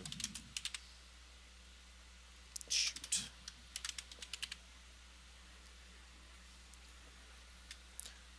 All right. Well, just put the cat out of the bag a little bit. It's called Your Relationship with Leah.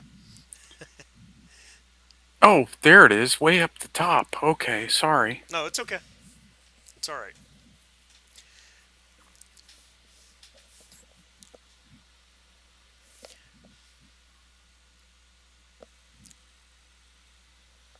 So, do either of you have a question about that performance report on Leah, or is it pretty clear? Uh, well, first of all, it looks pretty clear, but remind me what the date is now. It is May 10th. All right, so So she was returned to active service 2 days ago.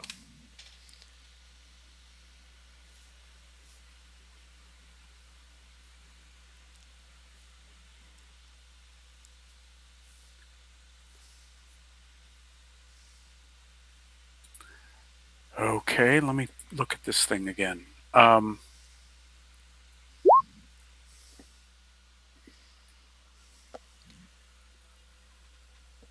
Yeah, so she was returned to service on May 8th, and here we are on May 10th, but that means this altercation happened yesterday, which was May 9th, Right. one day after she came back to active service. All right, Are you, Bob? Are you having audio problems?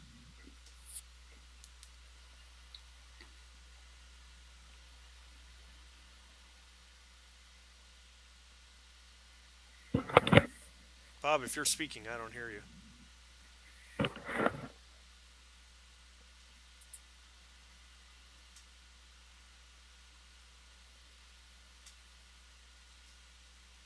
Um, Did we Roro? lose Bob? I'm wondering. I just happened to see that he put in chat.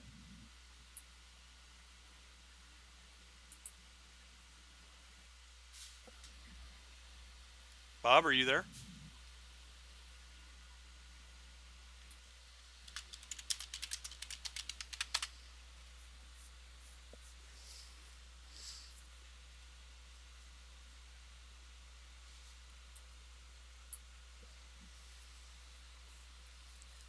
Huh.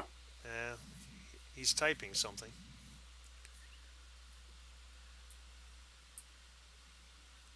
Can't hear the Martys.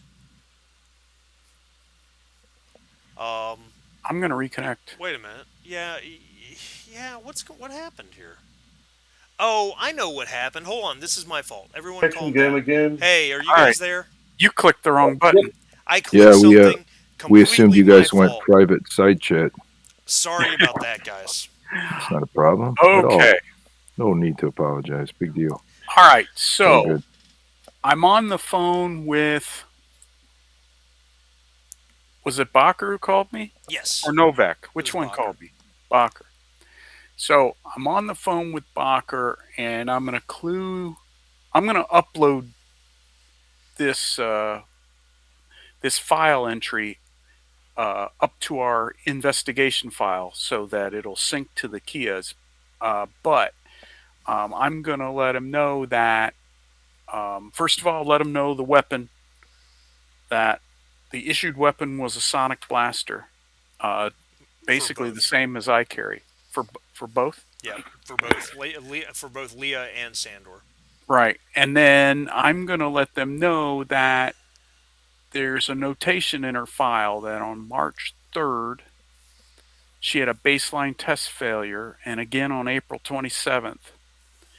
So she was suspended on the 28th, and recalibration was performed on May 7th, and she came back to active service on May 8th. But because today's May 10th, that means this altercation occurred on May 9th. So they should all be able to see that information by now if they look on their Kia. Yeah, I shared you guys handout F. And then with Fenna there, while I'm on the phone, so that Fenna can hear, and I assume that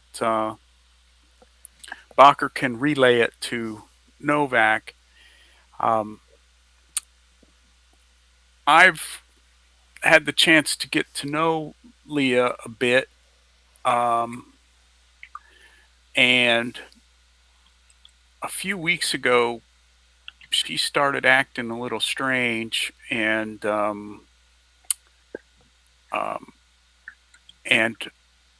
honestly, she started talking about her daughter like her daughter was real, and it just seemed kind of weird because we all know those are implanted memories.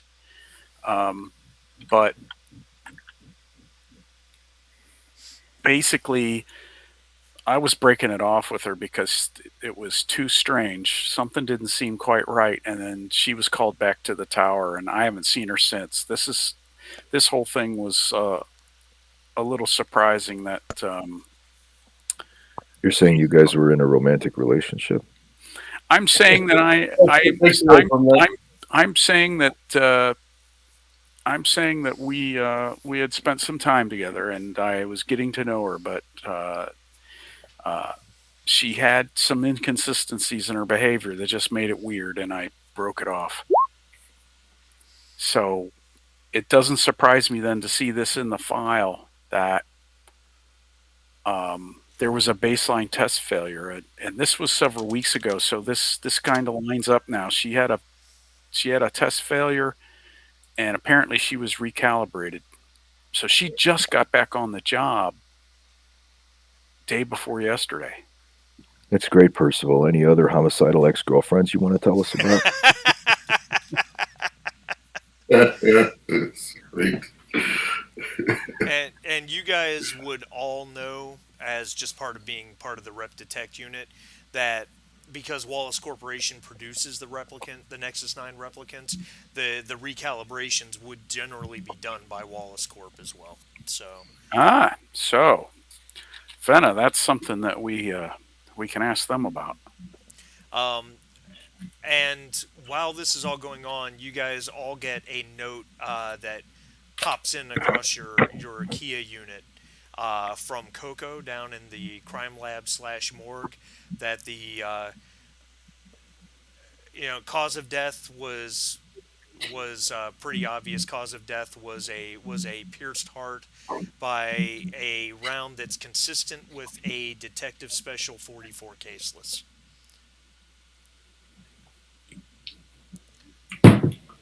Now on in the tech for this time period, do the rounds, can they be identified like they are today by striations and all that, or Absolutely. are there Crime serial lab can numbers do on the that. rounds?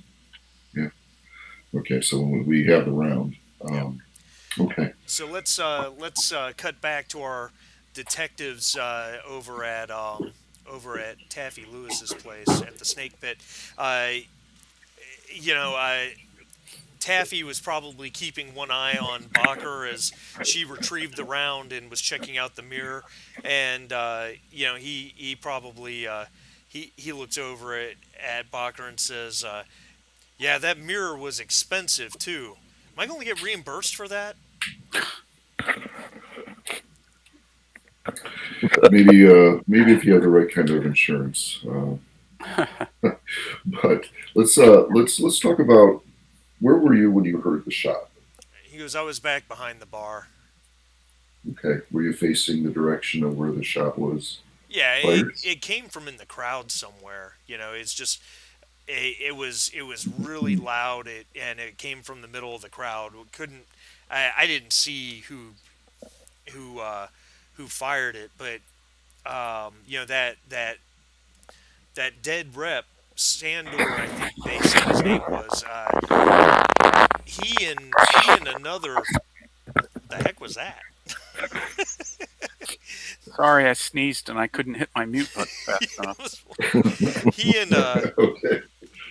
he and there was another replicant with him. They smelled like cops. They were hanging out at the bar for a while, and then at one point they just made their way into the crowd. I wasn't paying them that close attention, and then it was shortly after that the shot went off. Yeah, because You see who they were talking to? No, no, they were moving. They were moving into the crowd. I think they were moving towards oh shit, what's his name? That's the GM going, shit. What's his name? They were moving towards they were moving up towards the front. There was the guy who runs that Kill magazine, Yella Schuyler. He was here. He had some of his people with him. They were up front. They were giving Iris a little bit of crap. Then I'm not sure what happened. Some sort of altercation happened, and then there were some raised voices, and that's when the gunshot went off. You're saying the altercation was between the cops and this? I'm not saying that because I didn't see it. I just heard it going on. I mean, there were 50 people on the floor last night. So I'm not sure. I can't say. You said that the performer is still here? Yeah, Iris, she's in Person back. that was on the stage? That's Iris? Okay. Marty, quick question about Yes. handout N. Yes. Okay. If you're looking at the stage, Uh-huh. the right side of the stage, I can't make out what that is. It looks like a picture frame on the ground or something. Yeah, there's an entrance back there that goes back, presumably goes behind the stage, and there's steps in it. There's a variety of things there. It just looks like um, generalized debris or maybe props used on stage, stuff like that. I mean, there's Uh, more than that. There's a couple of pillows there. There's a stool there that's turned over. Some other stuff, okay, so we'll say it's like scattered from people panicking or whatever. probably. All right, where's Iris now? She's back. She's back in her dressing room.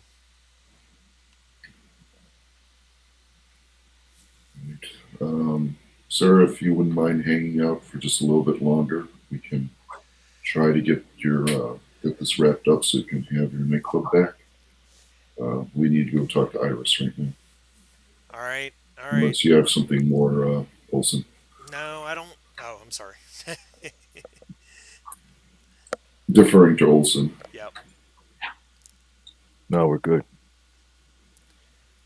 All right, so I guess we make our way back to the dressing room. All right. Alrighty. So as you move into the back, there's a woman there who is she's sitting in a chair in front of a mirror. Um, she's got a cigarette in her hand that it's got probably an inch of ash hanging off the end of it. Um, as you come in, she kind of flicks it into an ashtray, pulls another one, and lights it. I'm going to show her to you. This is what she looks like. She's wearing a white robe, and she's got glitter on her face and makeup, that type of thing.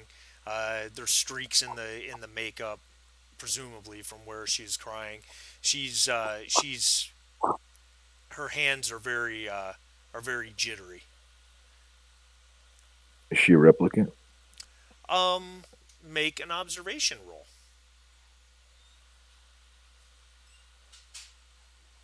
She's very sparkly. One success. Yeah, she's a Nexus 9.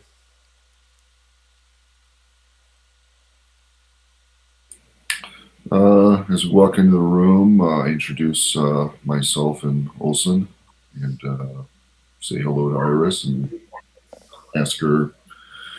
She's sitting down already, right? Where is she Yeah, facing? yeah, I she's forgot what sitting you in a said. chair. She's sitting down and smoking. Yeah. And I take if there's another chair in there, I take a seat and introduce ourselves. Iris, this is Detective Bacher, right? Bacher? Yeah. The name's cut off on the Bacher, yeah. Yeah. Detective Novak, we need to ask you some questions. And I look at Olson to see if she could start. All right. She lifts kind of a slightly shaking hand or up to her lips, takes a long drag on the cigarette, and blows it up in the air. Says, "All right. What can, how, what can I do? What? How can I help?" Well, we need to know what you saw. Can you walk us through it from the beginning, please? She shakily exhales. Yeah. So I was on stage last night. Doing doing my routine, and it was a good crowd. Things were going well, and then yeah, there were some guys that they showed up. They were up at the front of the crowd, and they they were what some of these people do. They were just calling me.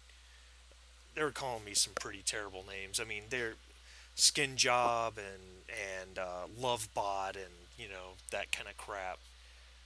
You ever seen these guys before? No, maybe I think they come to the bar sometimes. I've never really had a run in with them, I guess. But uh, one of them one of them looked familiar. He kind of had shoulder length hair, a little older, maybe 60, somewhere in that ballpark. He was Caucasian. I've seen him around somewhere. I don't know, maybe on the news or something. I'm not sure. Does he look like the guy who owns Kill Magazine? The recognition kind of hits her face for a second. Her eyes widen up a little bit. She goes, "Yeah, I think that was him. His name's Skylar or something like that." So it was him and his buddies at the front of the stage? Yeah, yeah. And then someone, I couldn't really tell who. Big guy, really pale skin, almost. I'd almost say an albino. I don't know. We keep the lights low here, so I don't know if he was an albino or if he was just really pale. He kind of got in between them and me, and there was some yelling uh, going on, and then there was just that really loud gunshot. Okay, out of character. Is she referring to uh, Sandor with that remark about pale skin? No, no, because Okay, Sandor looks kind of mixed Asian is the best way to put it, I guess. okay. So I'll ask her, who's this albino guy? You seen him before? Um, she says, I mean, I don't know. I've seen him around a little bit, I guess. I mean, where's he from? He ever Uh, buy you a drink or hang around your dressing room or anything like that? no, no, I don't It's know. just some white knight standing around decides he's gonna back you up for no reason. All right. Since we're still learning the mechanics of the game, I'm going to give you a little bit of a prod here, Bacher, because it sounds like you don't really believe what she's saying. I don't. So we're going to do the universal bullshit check. Make an insight roll. A success. She's not Okay, wait. Now I'm confused. Oh, okay. because the six, because I Yeah, roll a. you Okay, roll a 6 on any given die, and that's a gotcha. success. With Uh, an eight sider, I'm sorry, still learning this. Excuse me for 1 second. I got a cough. Excuse me. no problem. But she is not telling the whole truth. I'm sorry. Okay, so with the observation roll, Yep. okay, that was that was a D6. So how did I roll an eight? Well, no, if you hover over each die, because it's rolling two different dice. Why is that? Because it's rolling the roll for your skill and then the roll for the associated stat, associated attribute. So if I have a D in observation, I presume that the first roll is for the skill. The second roll must be For what? the attribute, which, Intelligence? Okay, because yep, that's a D8. Gotcha. there you Okay. go. So a D8 success is just an 8, or is it a Uh, 7 and 8 no, 6, 7, any given die, a roll of 6 or higher is a success. on any given die? Correct. So on a six-sider, you only have the possibility of one success. Exactly. You got a 1 in 6 shot. Okay, And then on a understood. D8, you've got a 3 out of 8 shot of getting a success. And then when you get up to a D10, obviously you've got a A lot 50% more. chance of Yeah. success, but you have a 10% chance of getting 2. Because if you roll a 10 or higher on any given die, that's 2 successes. So a D is really pretty shitty. You only Yes, have a 1 in 6 chance of success. correct. Okay, understood. Yeah, so if you had a D in observation and a D in intelligence, you're rolling 2d6, hoping to get a 6 on one of those dice. Not a good shot. An advantage gives you a third skill die, It gives you a which would third be a die of the second lowest type. of the lowest type. Right. Which in the Okay, case of having 2d6 is obviously just a third d6, but if you had a d8 and a d6, it would give you an extra d6. right. So let's say, is it possible to have a skill higher than your trait? Oh yeah, Yes, okay. absolutely. So like firearms, I have an A, so that's D12, Correct. but my agility is a C, which is D8. Correct. So if I were rolling with advantage on a gun, on a firing my gun, I would get two D8s and a D12. Yeah, so just to demonstrate that, just click advantage and go ahead and roll firearms. We know we're not rolling for anything, it's just a demonstration of the mechanics. So there, if you hover over the first die, it rolled a D12 and rolled a 12. The second die rolled a D8 and rolled a 4. And then the third die rolled a D8, so it duplicates the lower die and got a 6 on that one. So you had 3 successes on firearms. So if you had just shot that at somebody, you would have actually done a lot of damage and a critical hit. We'll just bank that for later. Yeah, wrong game. I'd like to bank that success, please, Marty. That's right. But yeah, she is not telling the whole truth. All right. So just hold my hand up. All right, let's stop right here. It would behoove you to tell us the truth about what happened yesterday. If we detect that you're withholding information or lying, we're going to have to bring you in as an accessory. An accessory to what? I didn't do anything. I just dance. That's all I do. I just dance. At the very least, you're obstructing our investigation. That's not a good thing for you to be doing right now, so why don't you just tell me what it is that you know? All right. Make a manipulation roll.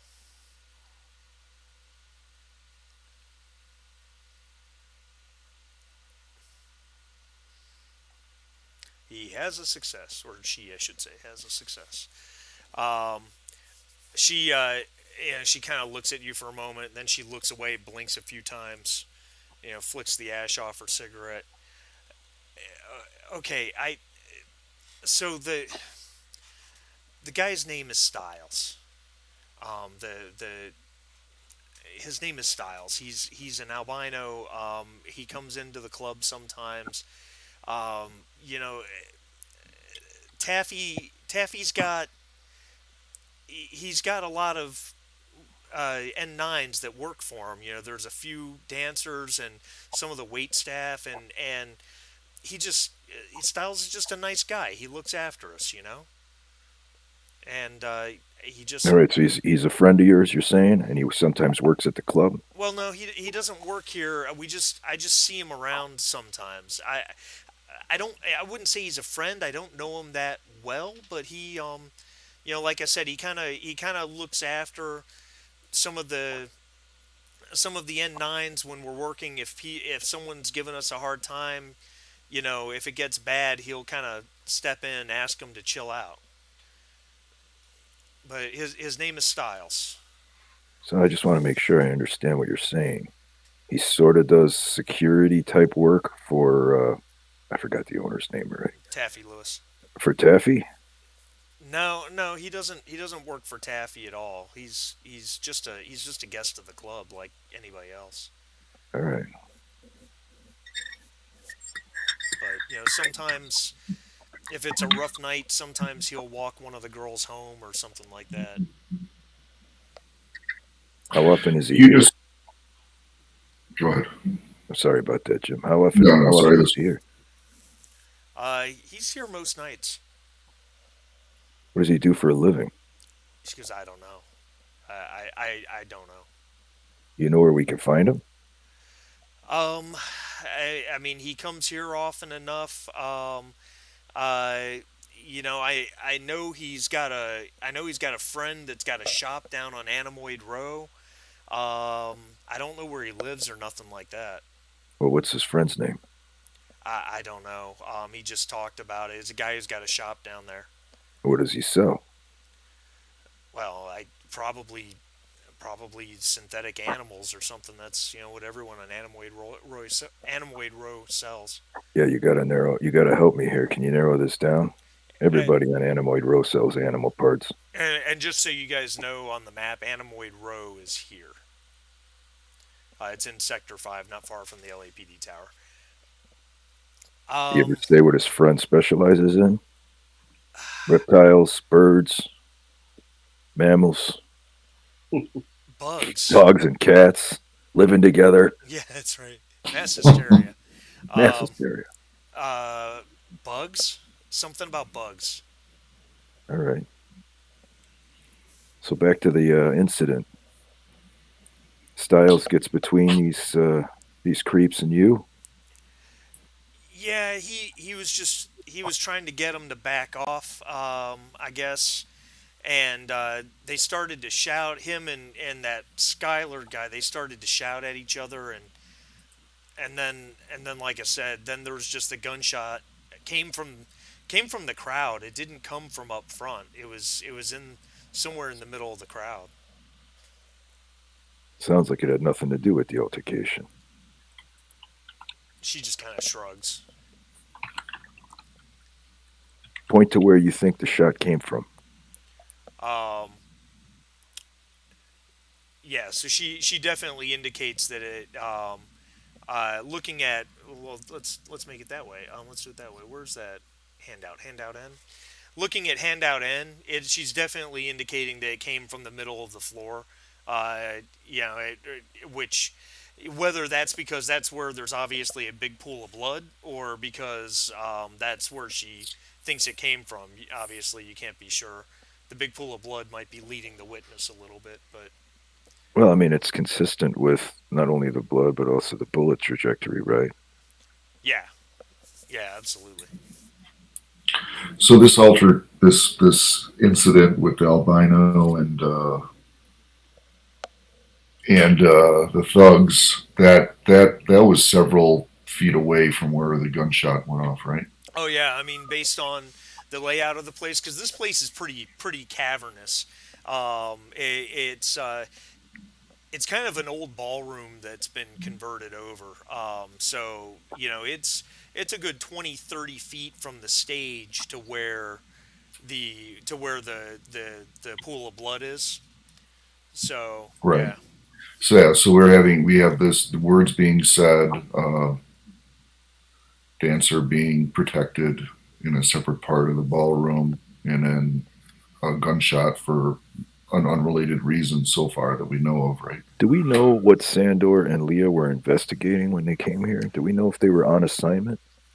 um, they were on assignment. That they were investigating suspected Nexus 8 uh, uh, activity, but beyond that, you don't know. Yeah, that's right. That Nexus 8 gang, for better term, or The underground lack scene? of a, Right. yeah, the underground. So out of game, but about the rules universe again. So it, in this there should not be legally any. I don't know, how would you call them, unemployed replicants. I mean, there aren't just Correct. replicants. Just they have Correct. to have a purpose, right? Correct. Okay, and if they don't have a purpose, then they get retired. Like if they Yeah, can't yeah, complete or repurposed. Yeah. repurposed. Okay, so that's the taboo. A bunch of Nexus 8s running around doing their own thing. Um, Sitting okay. around watching TV, drinking bud. Yeah. Not Is allowed. there any discrimination between the different Nexus numbers? Do they have any animosity towards each other? No, not that you would be No, they aware don't of. care. Yeah. Not that we would be aware. Okay, so nothing. I'll ask Iris after the shot. What did you do? Oh, I ran. I ran off stage and ran back here.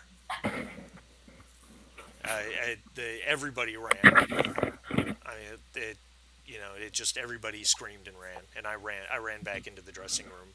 I'll show her the handout of the cabbie close up. Oh yeah. You see anybody look like this last night? Um. Maybe. Um. I think I saw her at one point. Maybe I don't know. There was a woman. This is really hard to tell. But the hair, kind of shoulder length dark hair. I think she was at the bar with a guy at one point. I think I'm not sure. This is really hard to tell.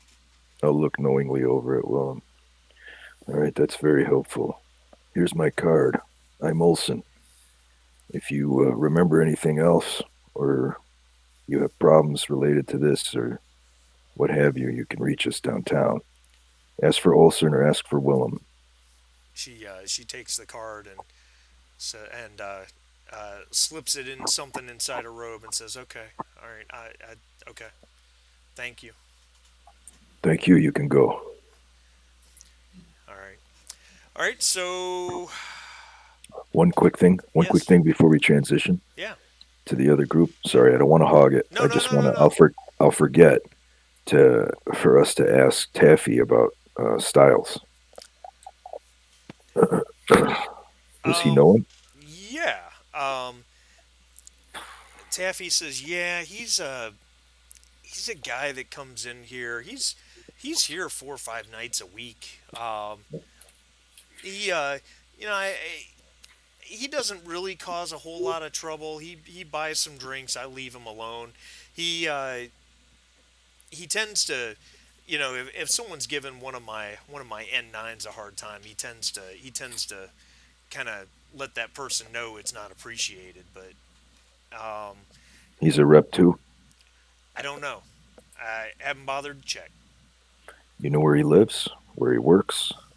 Nah, not really. I don't know much about the guy. Sticks out like a sore thumb, though. I'll tell you that. You ever hear anything about old Nexus models hanging out around here? Old Nexus models hanging This is out. strictly off the record. Because Whatever you tell me right now stays between you and me. nah, that'd be illegal, wouldn't it? And you know Depends. me, I'm a legitimate business person. I wouldn't get involved in anything illegal. Nobody's saying you're involved. Just saying, have you heard anything? Oh, yeah. There's always rumors. There's always Anybody? rumors that there's N8s hanging around LA just, I don't know why they'd hang around, why they wouldn't just leave and go off world. Not much better here for anybody else. I agree. But still, there's a dead cop at the station right now, and we need to find out who's responsible. You hear anything more than that? Not really, no. All right. Willem,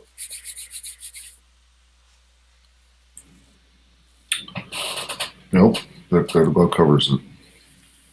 thanks for your time, Taffy. Sure thing, pal. Can I clean this place up and get open? It's all yours. All Angie, pick up that blood. right. Thank you, detectives. And he hops off the stool that you made him sit on. That's great. It's so funny. Get up there. You stay up there until I say you can come down. Um, so let's see. What were Percival and Fenna up to? Percival had done the Esper Wall search, came up with the pictures Right. with the cab. You also did the tech searches on the files of Sandor and Leah to see what weapons they had. That's where you found the recalibration information on Leah. Um, so I think what that's going to do is that's going to move us. I think at this point that's going to move us to the because that was the morning shift. That's going to move us to daytime shift. Okay. So shift 2 of the day essentially.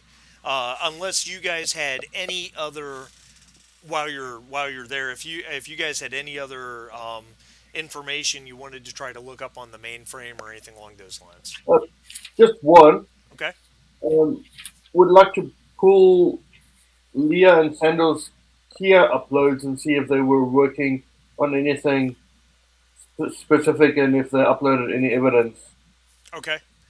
All right. No, that's perfectly good, and I won't make anybody roll for that. You guys, digging through it, it looks like that they had just been assigned to a general investigation. They were just assigned on. They were just assigned yesterday on 9 May to a generalized investigation to try to confirm the existence of and perhaps even locate some sort of Nexus 8 underground. Rumors of suspected Nexus 8. Um, Rumors of suspected Nexus 8 activity within LA and especially Sector 1. Um, the the only thing uploaded really is a note by Sandor himself that indicates that Leah had suspicions that Nexus 8 activity was going on in Sector 1, specifically at the Snake Pit, but there is no actual evidence to support it. If you were a human, Fenna, you would call it a hunch, but you're not a human, and neither was Leah. So you're not sure where that came from. Just make sure everybody knows about that. Okay, not a problem. All right, so I guess Yeah. Fenna and Percival still have to go to Wallace to talk to the PR person. But since we both completed a shift, I guess the question is there... We should touch base and see if there's something Novak and Bacher should do while we go to Wallace. If We could look at all these investigate leads. this Styles cat and see if we can locate his friend on Animoid Row. Okay. But I have We've a quick got question. a couple leads. We got the Styles lead, right? We may have yet another lead, but I don't have enough information to ponder it through.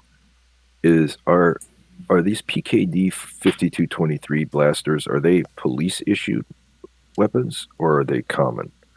That, Well, I guess that's two questions. yeah, They're not it is two just they're not questions. just police service weapons, or are they?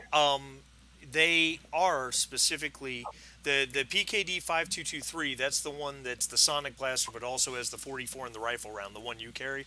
That is Right. specifically a police issue weapon. Now it Okay. can be purchased. Privately if one knows where to go. And because you brought that up, and I guess it's a question of if you're speaking. Darn it! Sorry. I just had the map moving all around. I guess it's a question if if you're speaking openly about this, um, to the team. Sure. Yeah. It's fine. In which case, someone can make a connections roll, and since the whole team's in the conversation with advantage, so you guys can determine who that should be. Connections. I've got an A in connections. Whoa, nice. Should go for it. Yeah. So advantage. You said I advantage, right? know a guy. Yep. I know a guy. The guy at the place with the thing.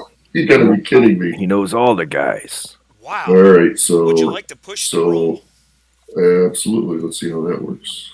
All right. Let's see if the push button works, because I'm a little concerned it wasn't working before. Push Yeah. matrix. I don't know what that means. The push matrix. Let me see if it'll work on my end.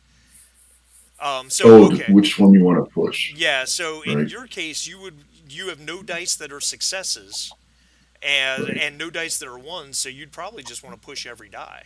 Of course, every die you push, you get the chance of pulling up a 1, which could cause you some stress. But that's fine. I'll just say, there we go. Wow. There you go. No ones Very and 3 nice. successes. You definitely know a guy that could sell this. Could sell one of these weapons. It's oh shoot, this is where I'm struggling with the big list of things here. Bear with me a second. Okay. Well, when you're done troubleshooting, I have a question. Okay. His oh well, it's actually the one that I showed you guys earlier by accident. This guy, his name is Bob Gorski. I'm trying to expand it, but it's not letting me for some reason. But he runs he runs a place called he runs a place called crap. Sorry, I'm just going to go to the book because it's easier for me at this point than to sort through all this stuff that's in here. Um, his name is Bob Gorski. He runs a place called Bullet Bob's Runner Surplus, and it's in I believe it's in Sector 5. Let me double check that. But yeah, he could. You have no doubt whatsoever that that he could certainly sell a weapon like this. He probably sells worse. Were Nexus 8s ever used as cops? No.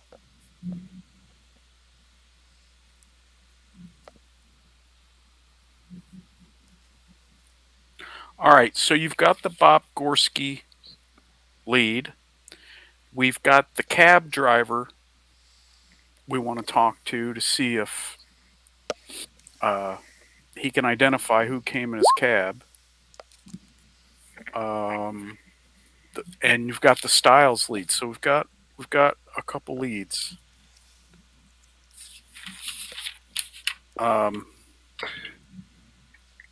Should we should Fenna and I check out one of these other leads before we jump over to Wallace? I mean, it's only or shift 3 is typically like these shifts are 6 hours, right? Yeah. Oh, so business hours at Wallace might be over by shift 3, so maybe we should. Probably should go up there before the nighttime. Yeah.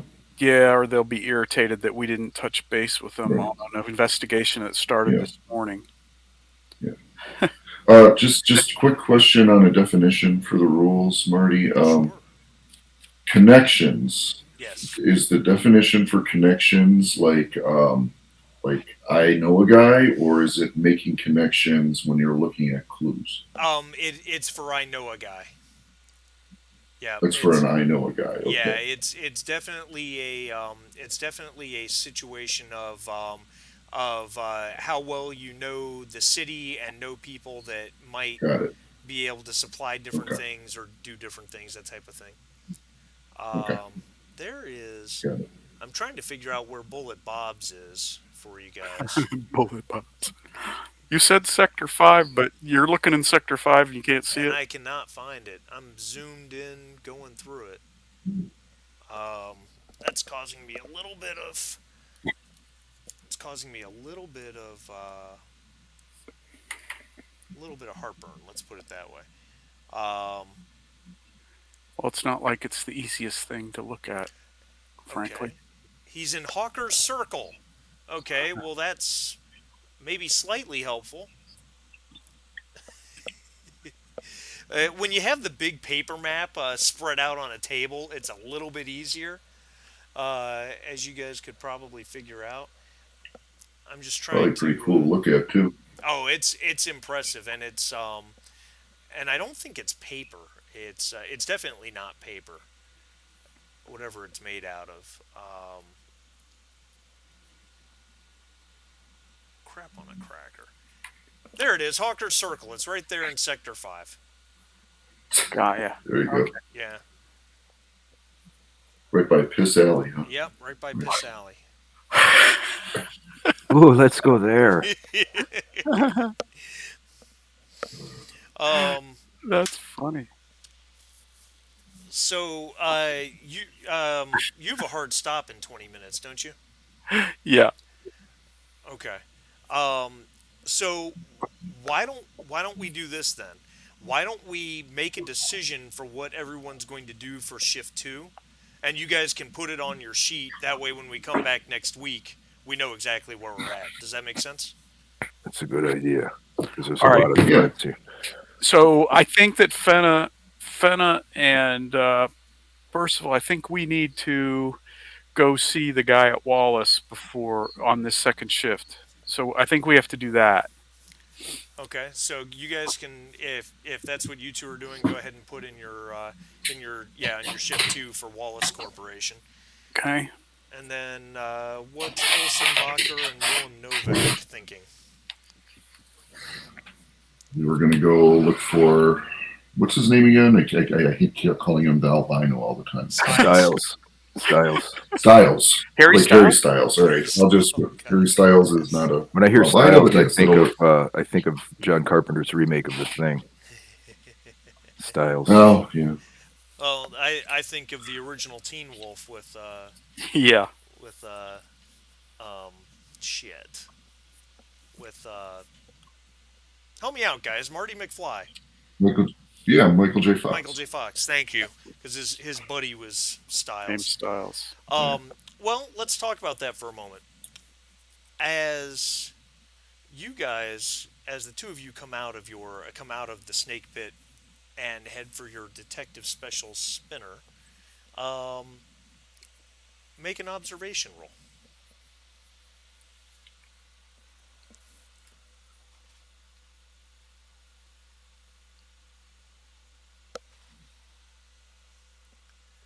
Hey, you both have a success. Wow. Man, you guys were all or nothing on those rolls. So, Yeah, really, no kidding. The as- ones don't turn into stress, do they? No, only on a pushed roll. Only on a push. Okay. So as you But guys, they can't. Those dice can't be pushed. correct. If you were to make a push on one of those, it wouldn't let you push the ones. Got it. So, as you guys come out and you're heading towards your spinner,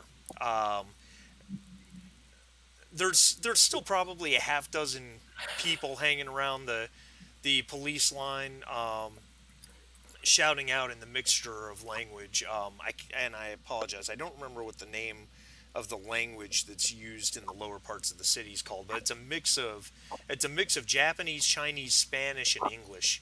But they have a name for it in the book. But anyway, It's pigeon language, but they have another name for it. But that's Yeah. what linguists call it, pigeon. and Patois. you see a guy that's in the back of the crowd. He's a solid head taller than everybody else. And what's drawing your attention to him is two things. Number one, you think you saw him on your way in. But number two is he has extremely pale skin. He looks like that. Though the picture's not quite as albinish as we're led to believe in the write-up, but that's okay. That is Albinish? quite Is that a albinish. word? Yeah, it is now. It is today. Albino-like. Yeah, there we go. And he definitely catches your attention, and more to the point, he's circumventing the crowd and heading towards the police line towards you guys. Well, that's nice. That was handy. Willem sees him too, so Yep. let's go intercept him. Oh yeah. All right. So he stops when he reaches the police line, waits for you guys to continue to approach, and he kind of nods at you guys, and says, "Hello, are you in charge of the investigation?"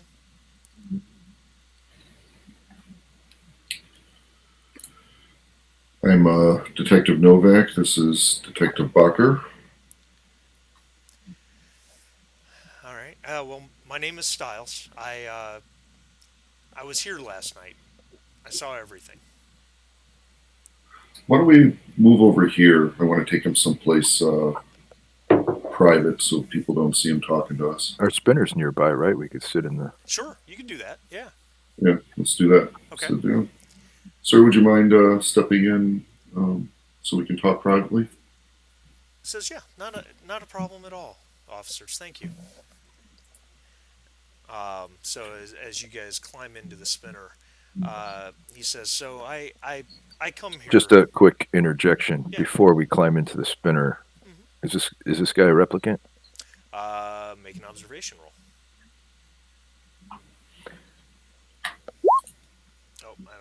full screen up. There we go. Yes, he is a replicant. He's a Series 9. I can't be sure. I'll straight up ask him. Sorry to be impolite, but what series are you? I'm a Nexus 9. Okay. Have a seat, please, sir. Not a problem.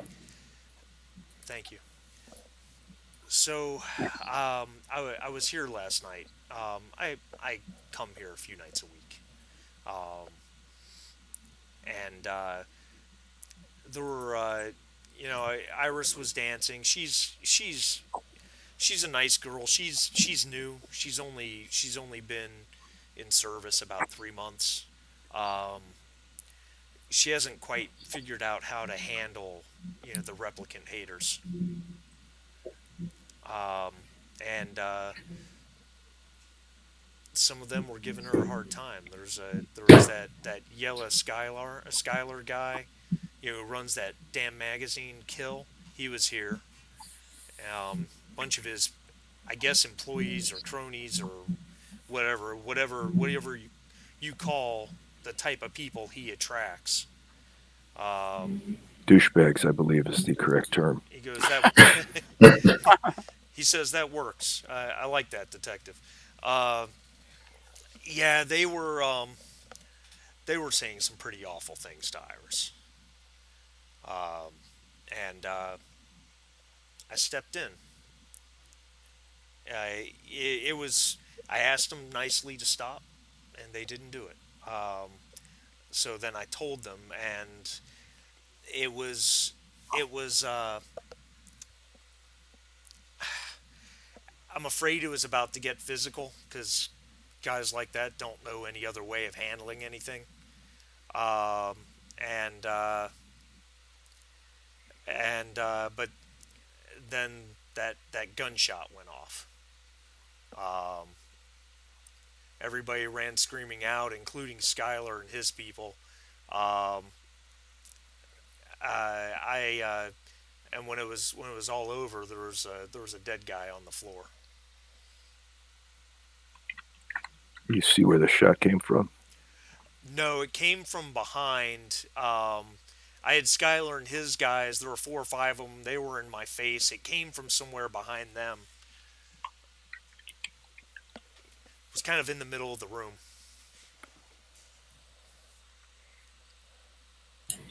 Did you notice any other altercations while you were there that night besides the one that you were involved with in front of the stage? No. Snake Pit's, it's a little bit of a wild place, but rarely does anything major break out there.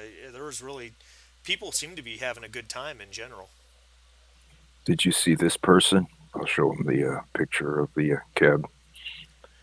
The person who I think is Leah, but Oh, I got you. I won't say that. I'll just ask him if he saw this person last night. Oh, man, I'm not sure. That's not a whole lot to see there, is it?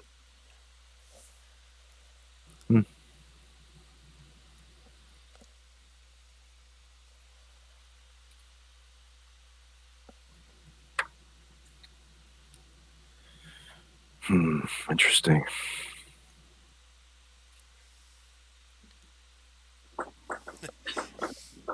I don't know how to broach the subject of Nexus 8s, so I'm thinking to myself what would be a good way of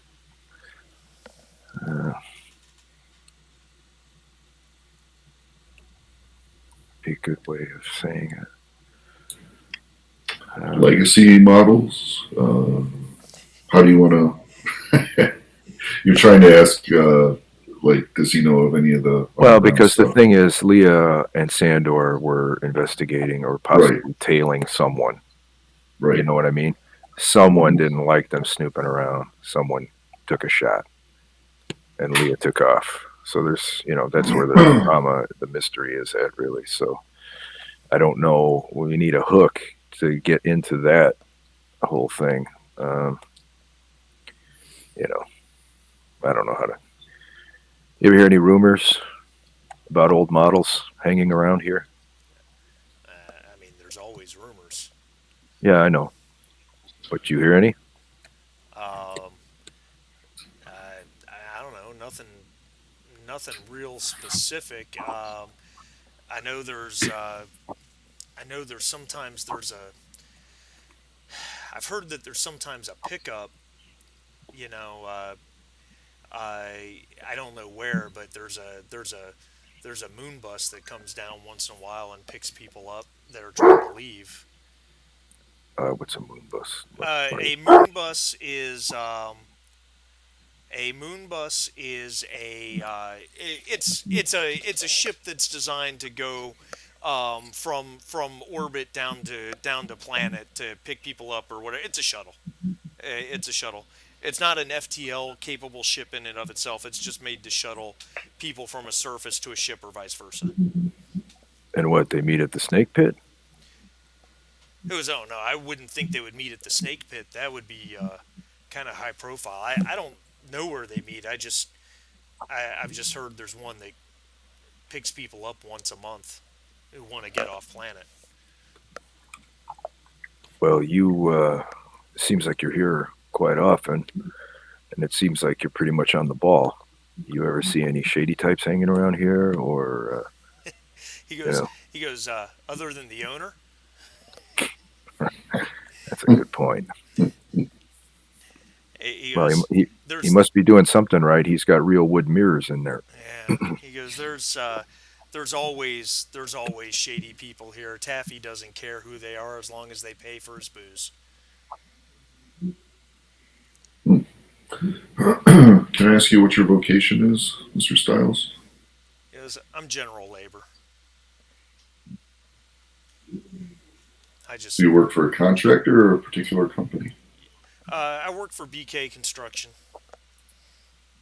We do right now. We're doing renovation work in some of the old skyscrapers out between Sector 1 and 5.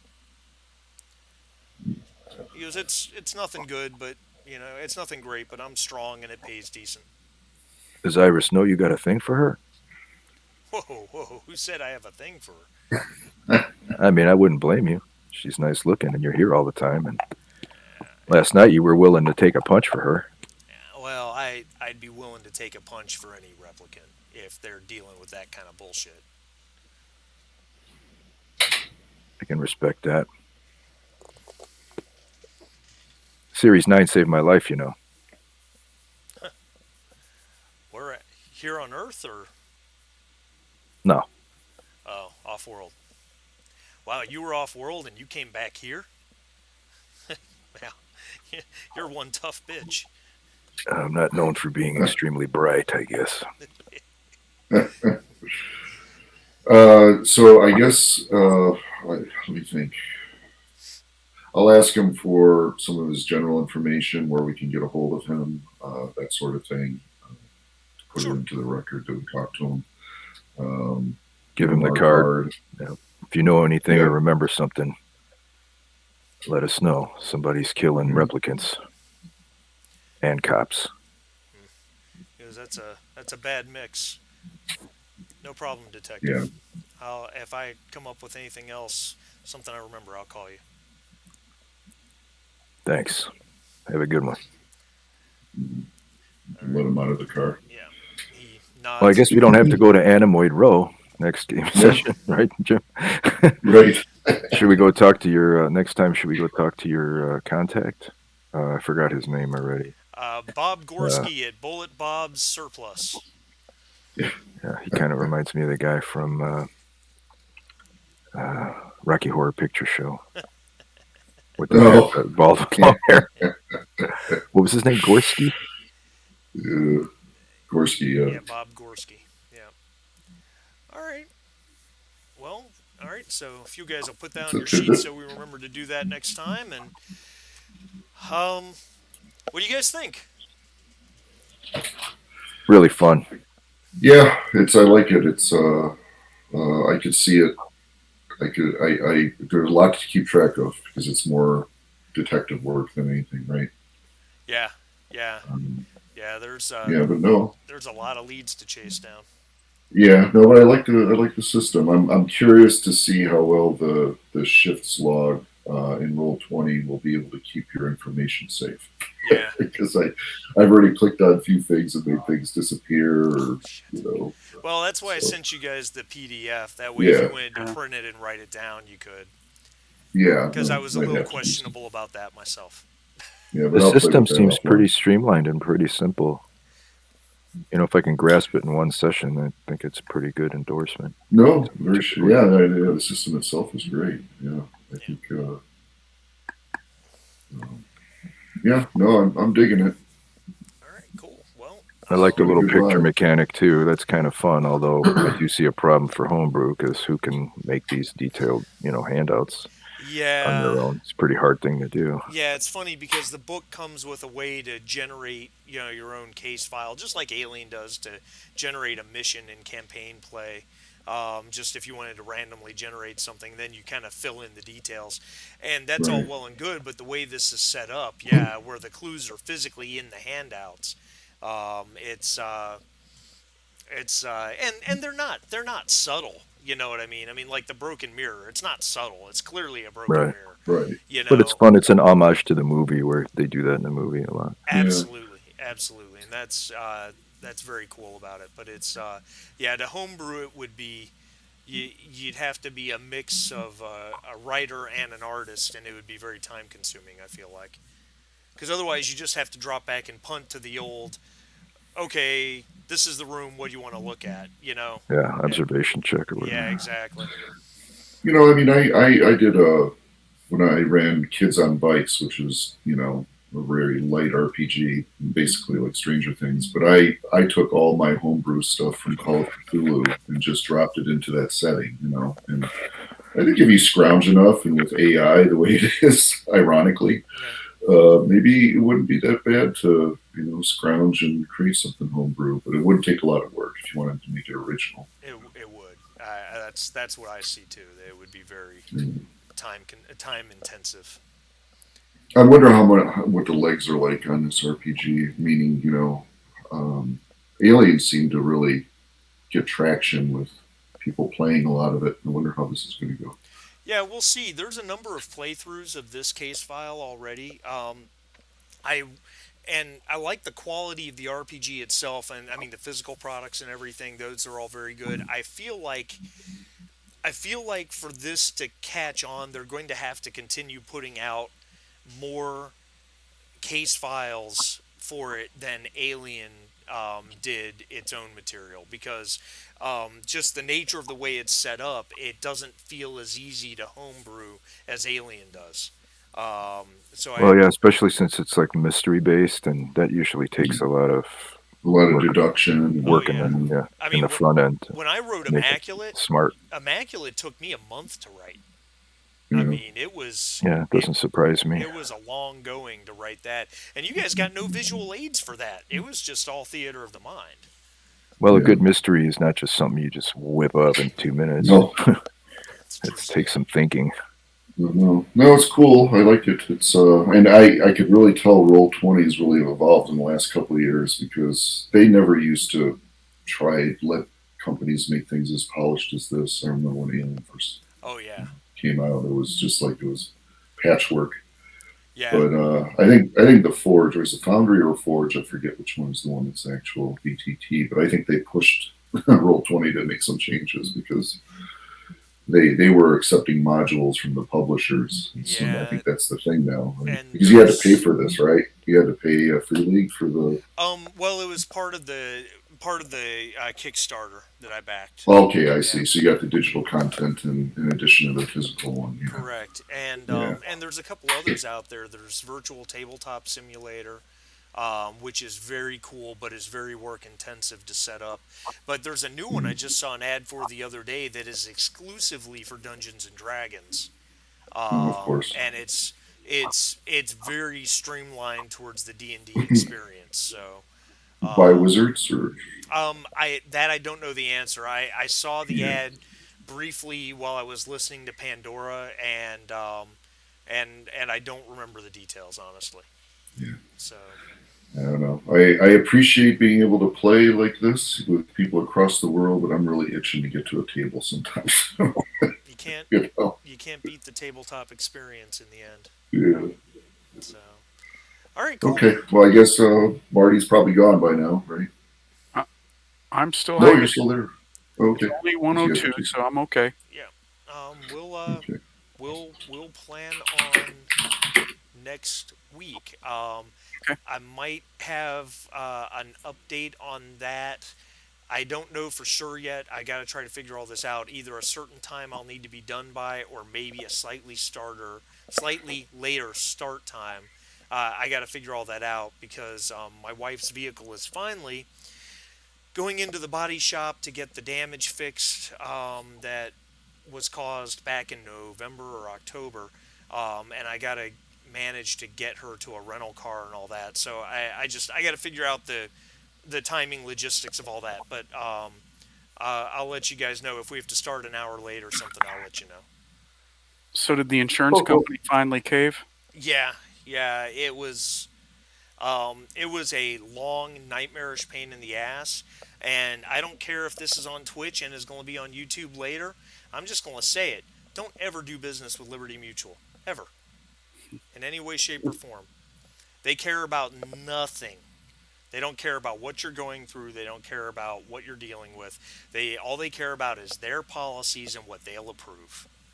And it sounds like they didn't care too much about Virginia state law either. They did not. I mean, I've opened up complaints with the State Corporation Commission, and take it a step further. On multiple occasions, I asked for a supervisor or manager. Nope, you don't get one. You get me. That's all you get. I mean, it was crazy. Oh man, screw that. Yeah. That sounds terrible. That's good to know, man. Oh, it's the worst experience dealing with. Meanwhile, my own insurance company, which is Travelers, my son wrecked my 2018 Kicks. He was okay. I thought the damage, the cops were like, it's $3,000 worth of damage. I'm looking at it with my practiced eye going, it's $6,000 worth of damage. It came out as $10,000 worth of damage. Ouch. My personal insurance company, Travelers, just said, okay. Let's get the ball going. I mean, it's been an easy process. The worst part is just the fact that parts have been on back order. You know, it's going to take forever to get certain things. There's nothing you can do about it. It is what it is. But I've barely even had to talk to them. It's just been so smooth and easy. And all right, guys. Yeah. I'm out. See you next week. All right, man. Thanks for playing, buddy. See you. Yeah, you got to punch out too. Yep. See you, fellas. All right, Take guys. care, everybody. Bye.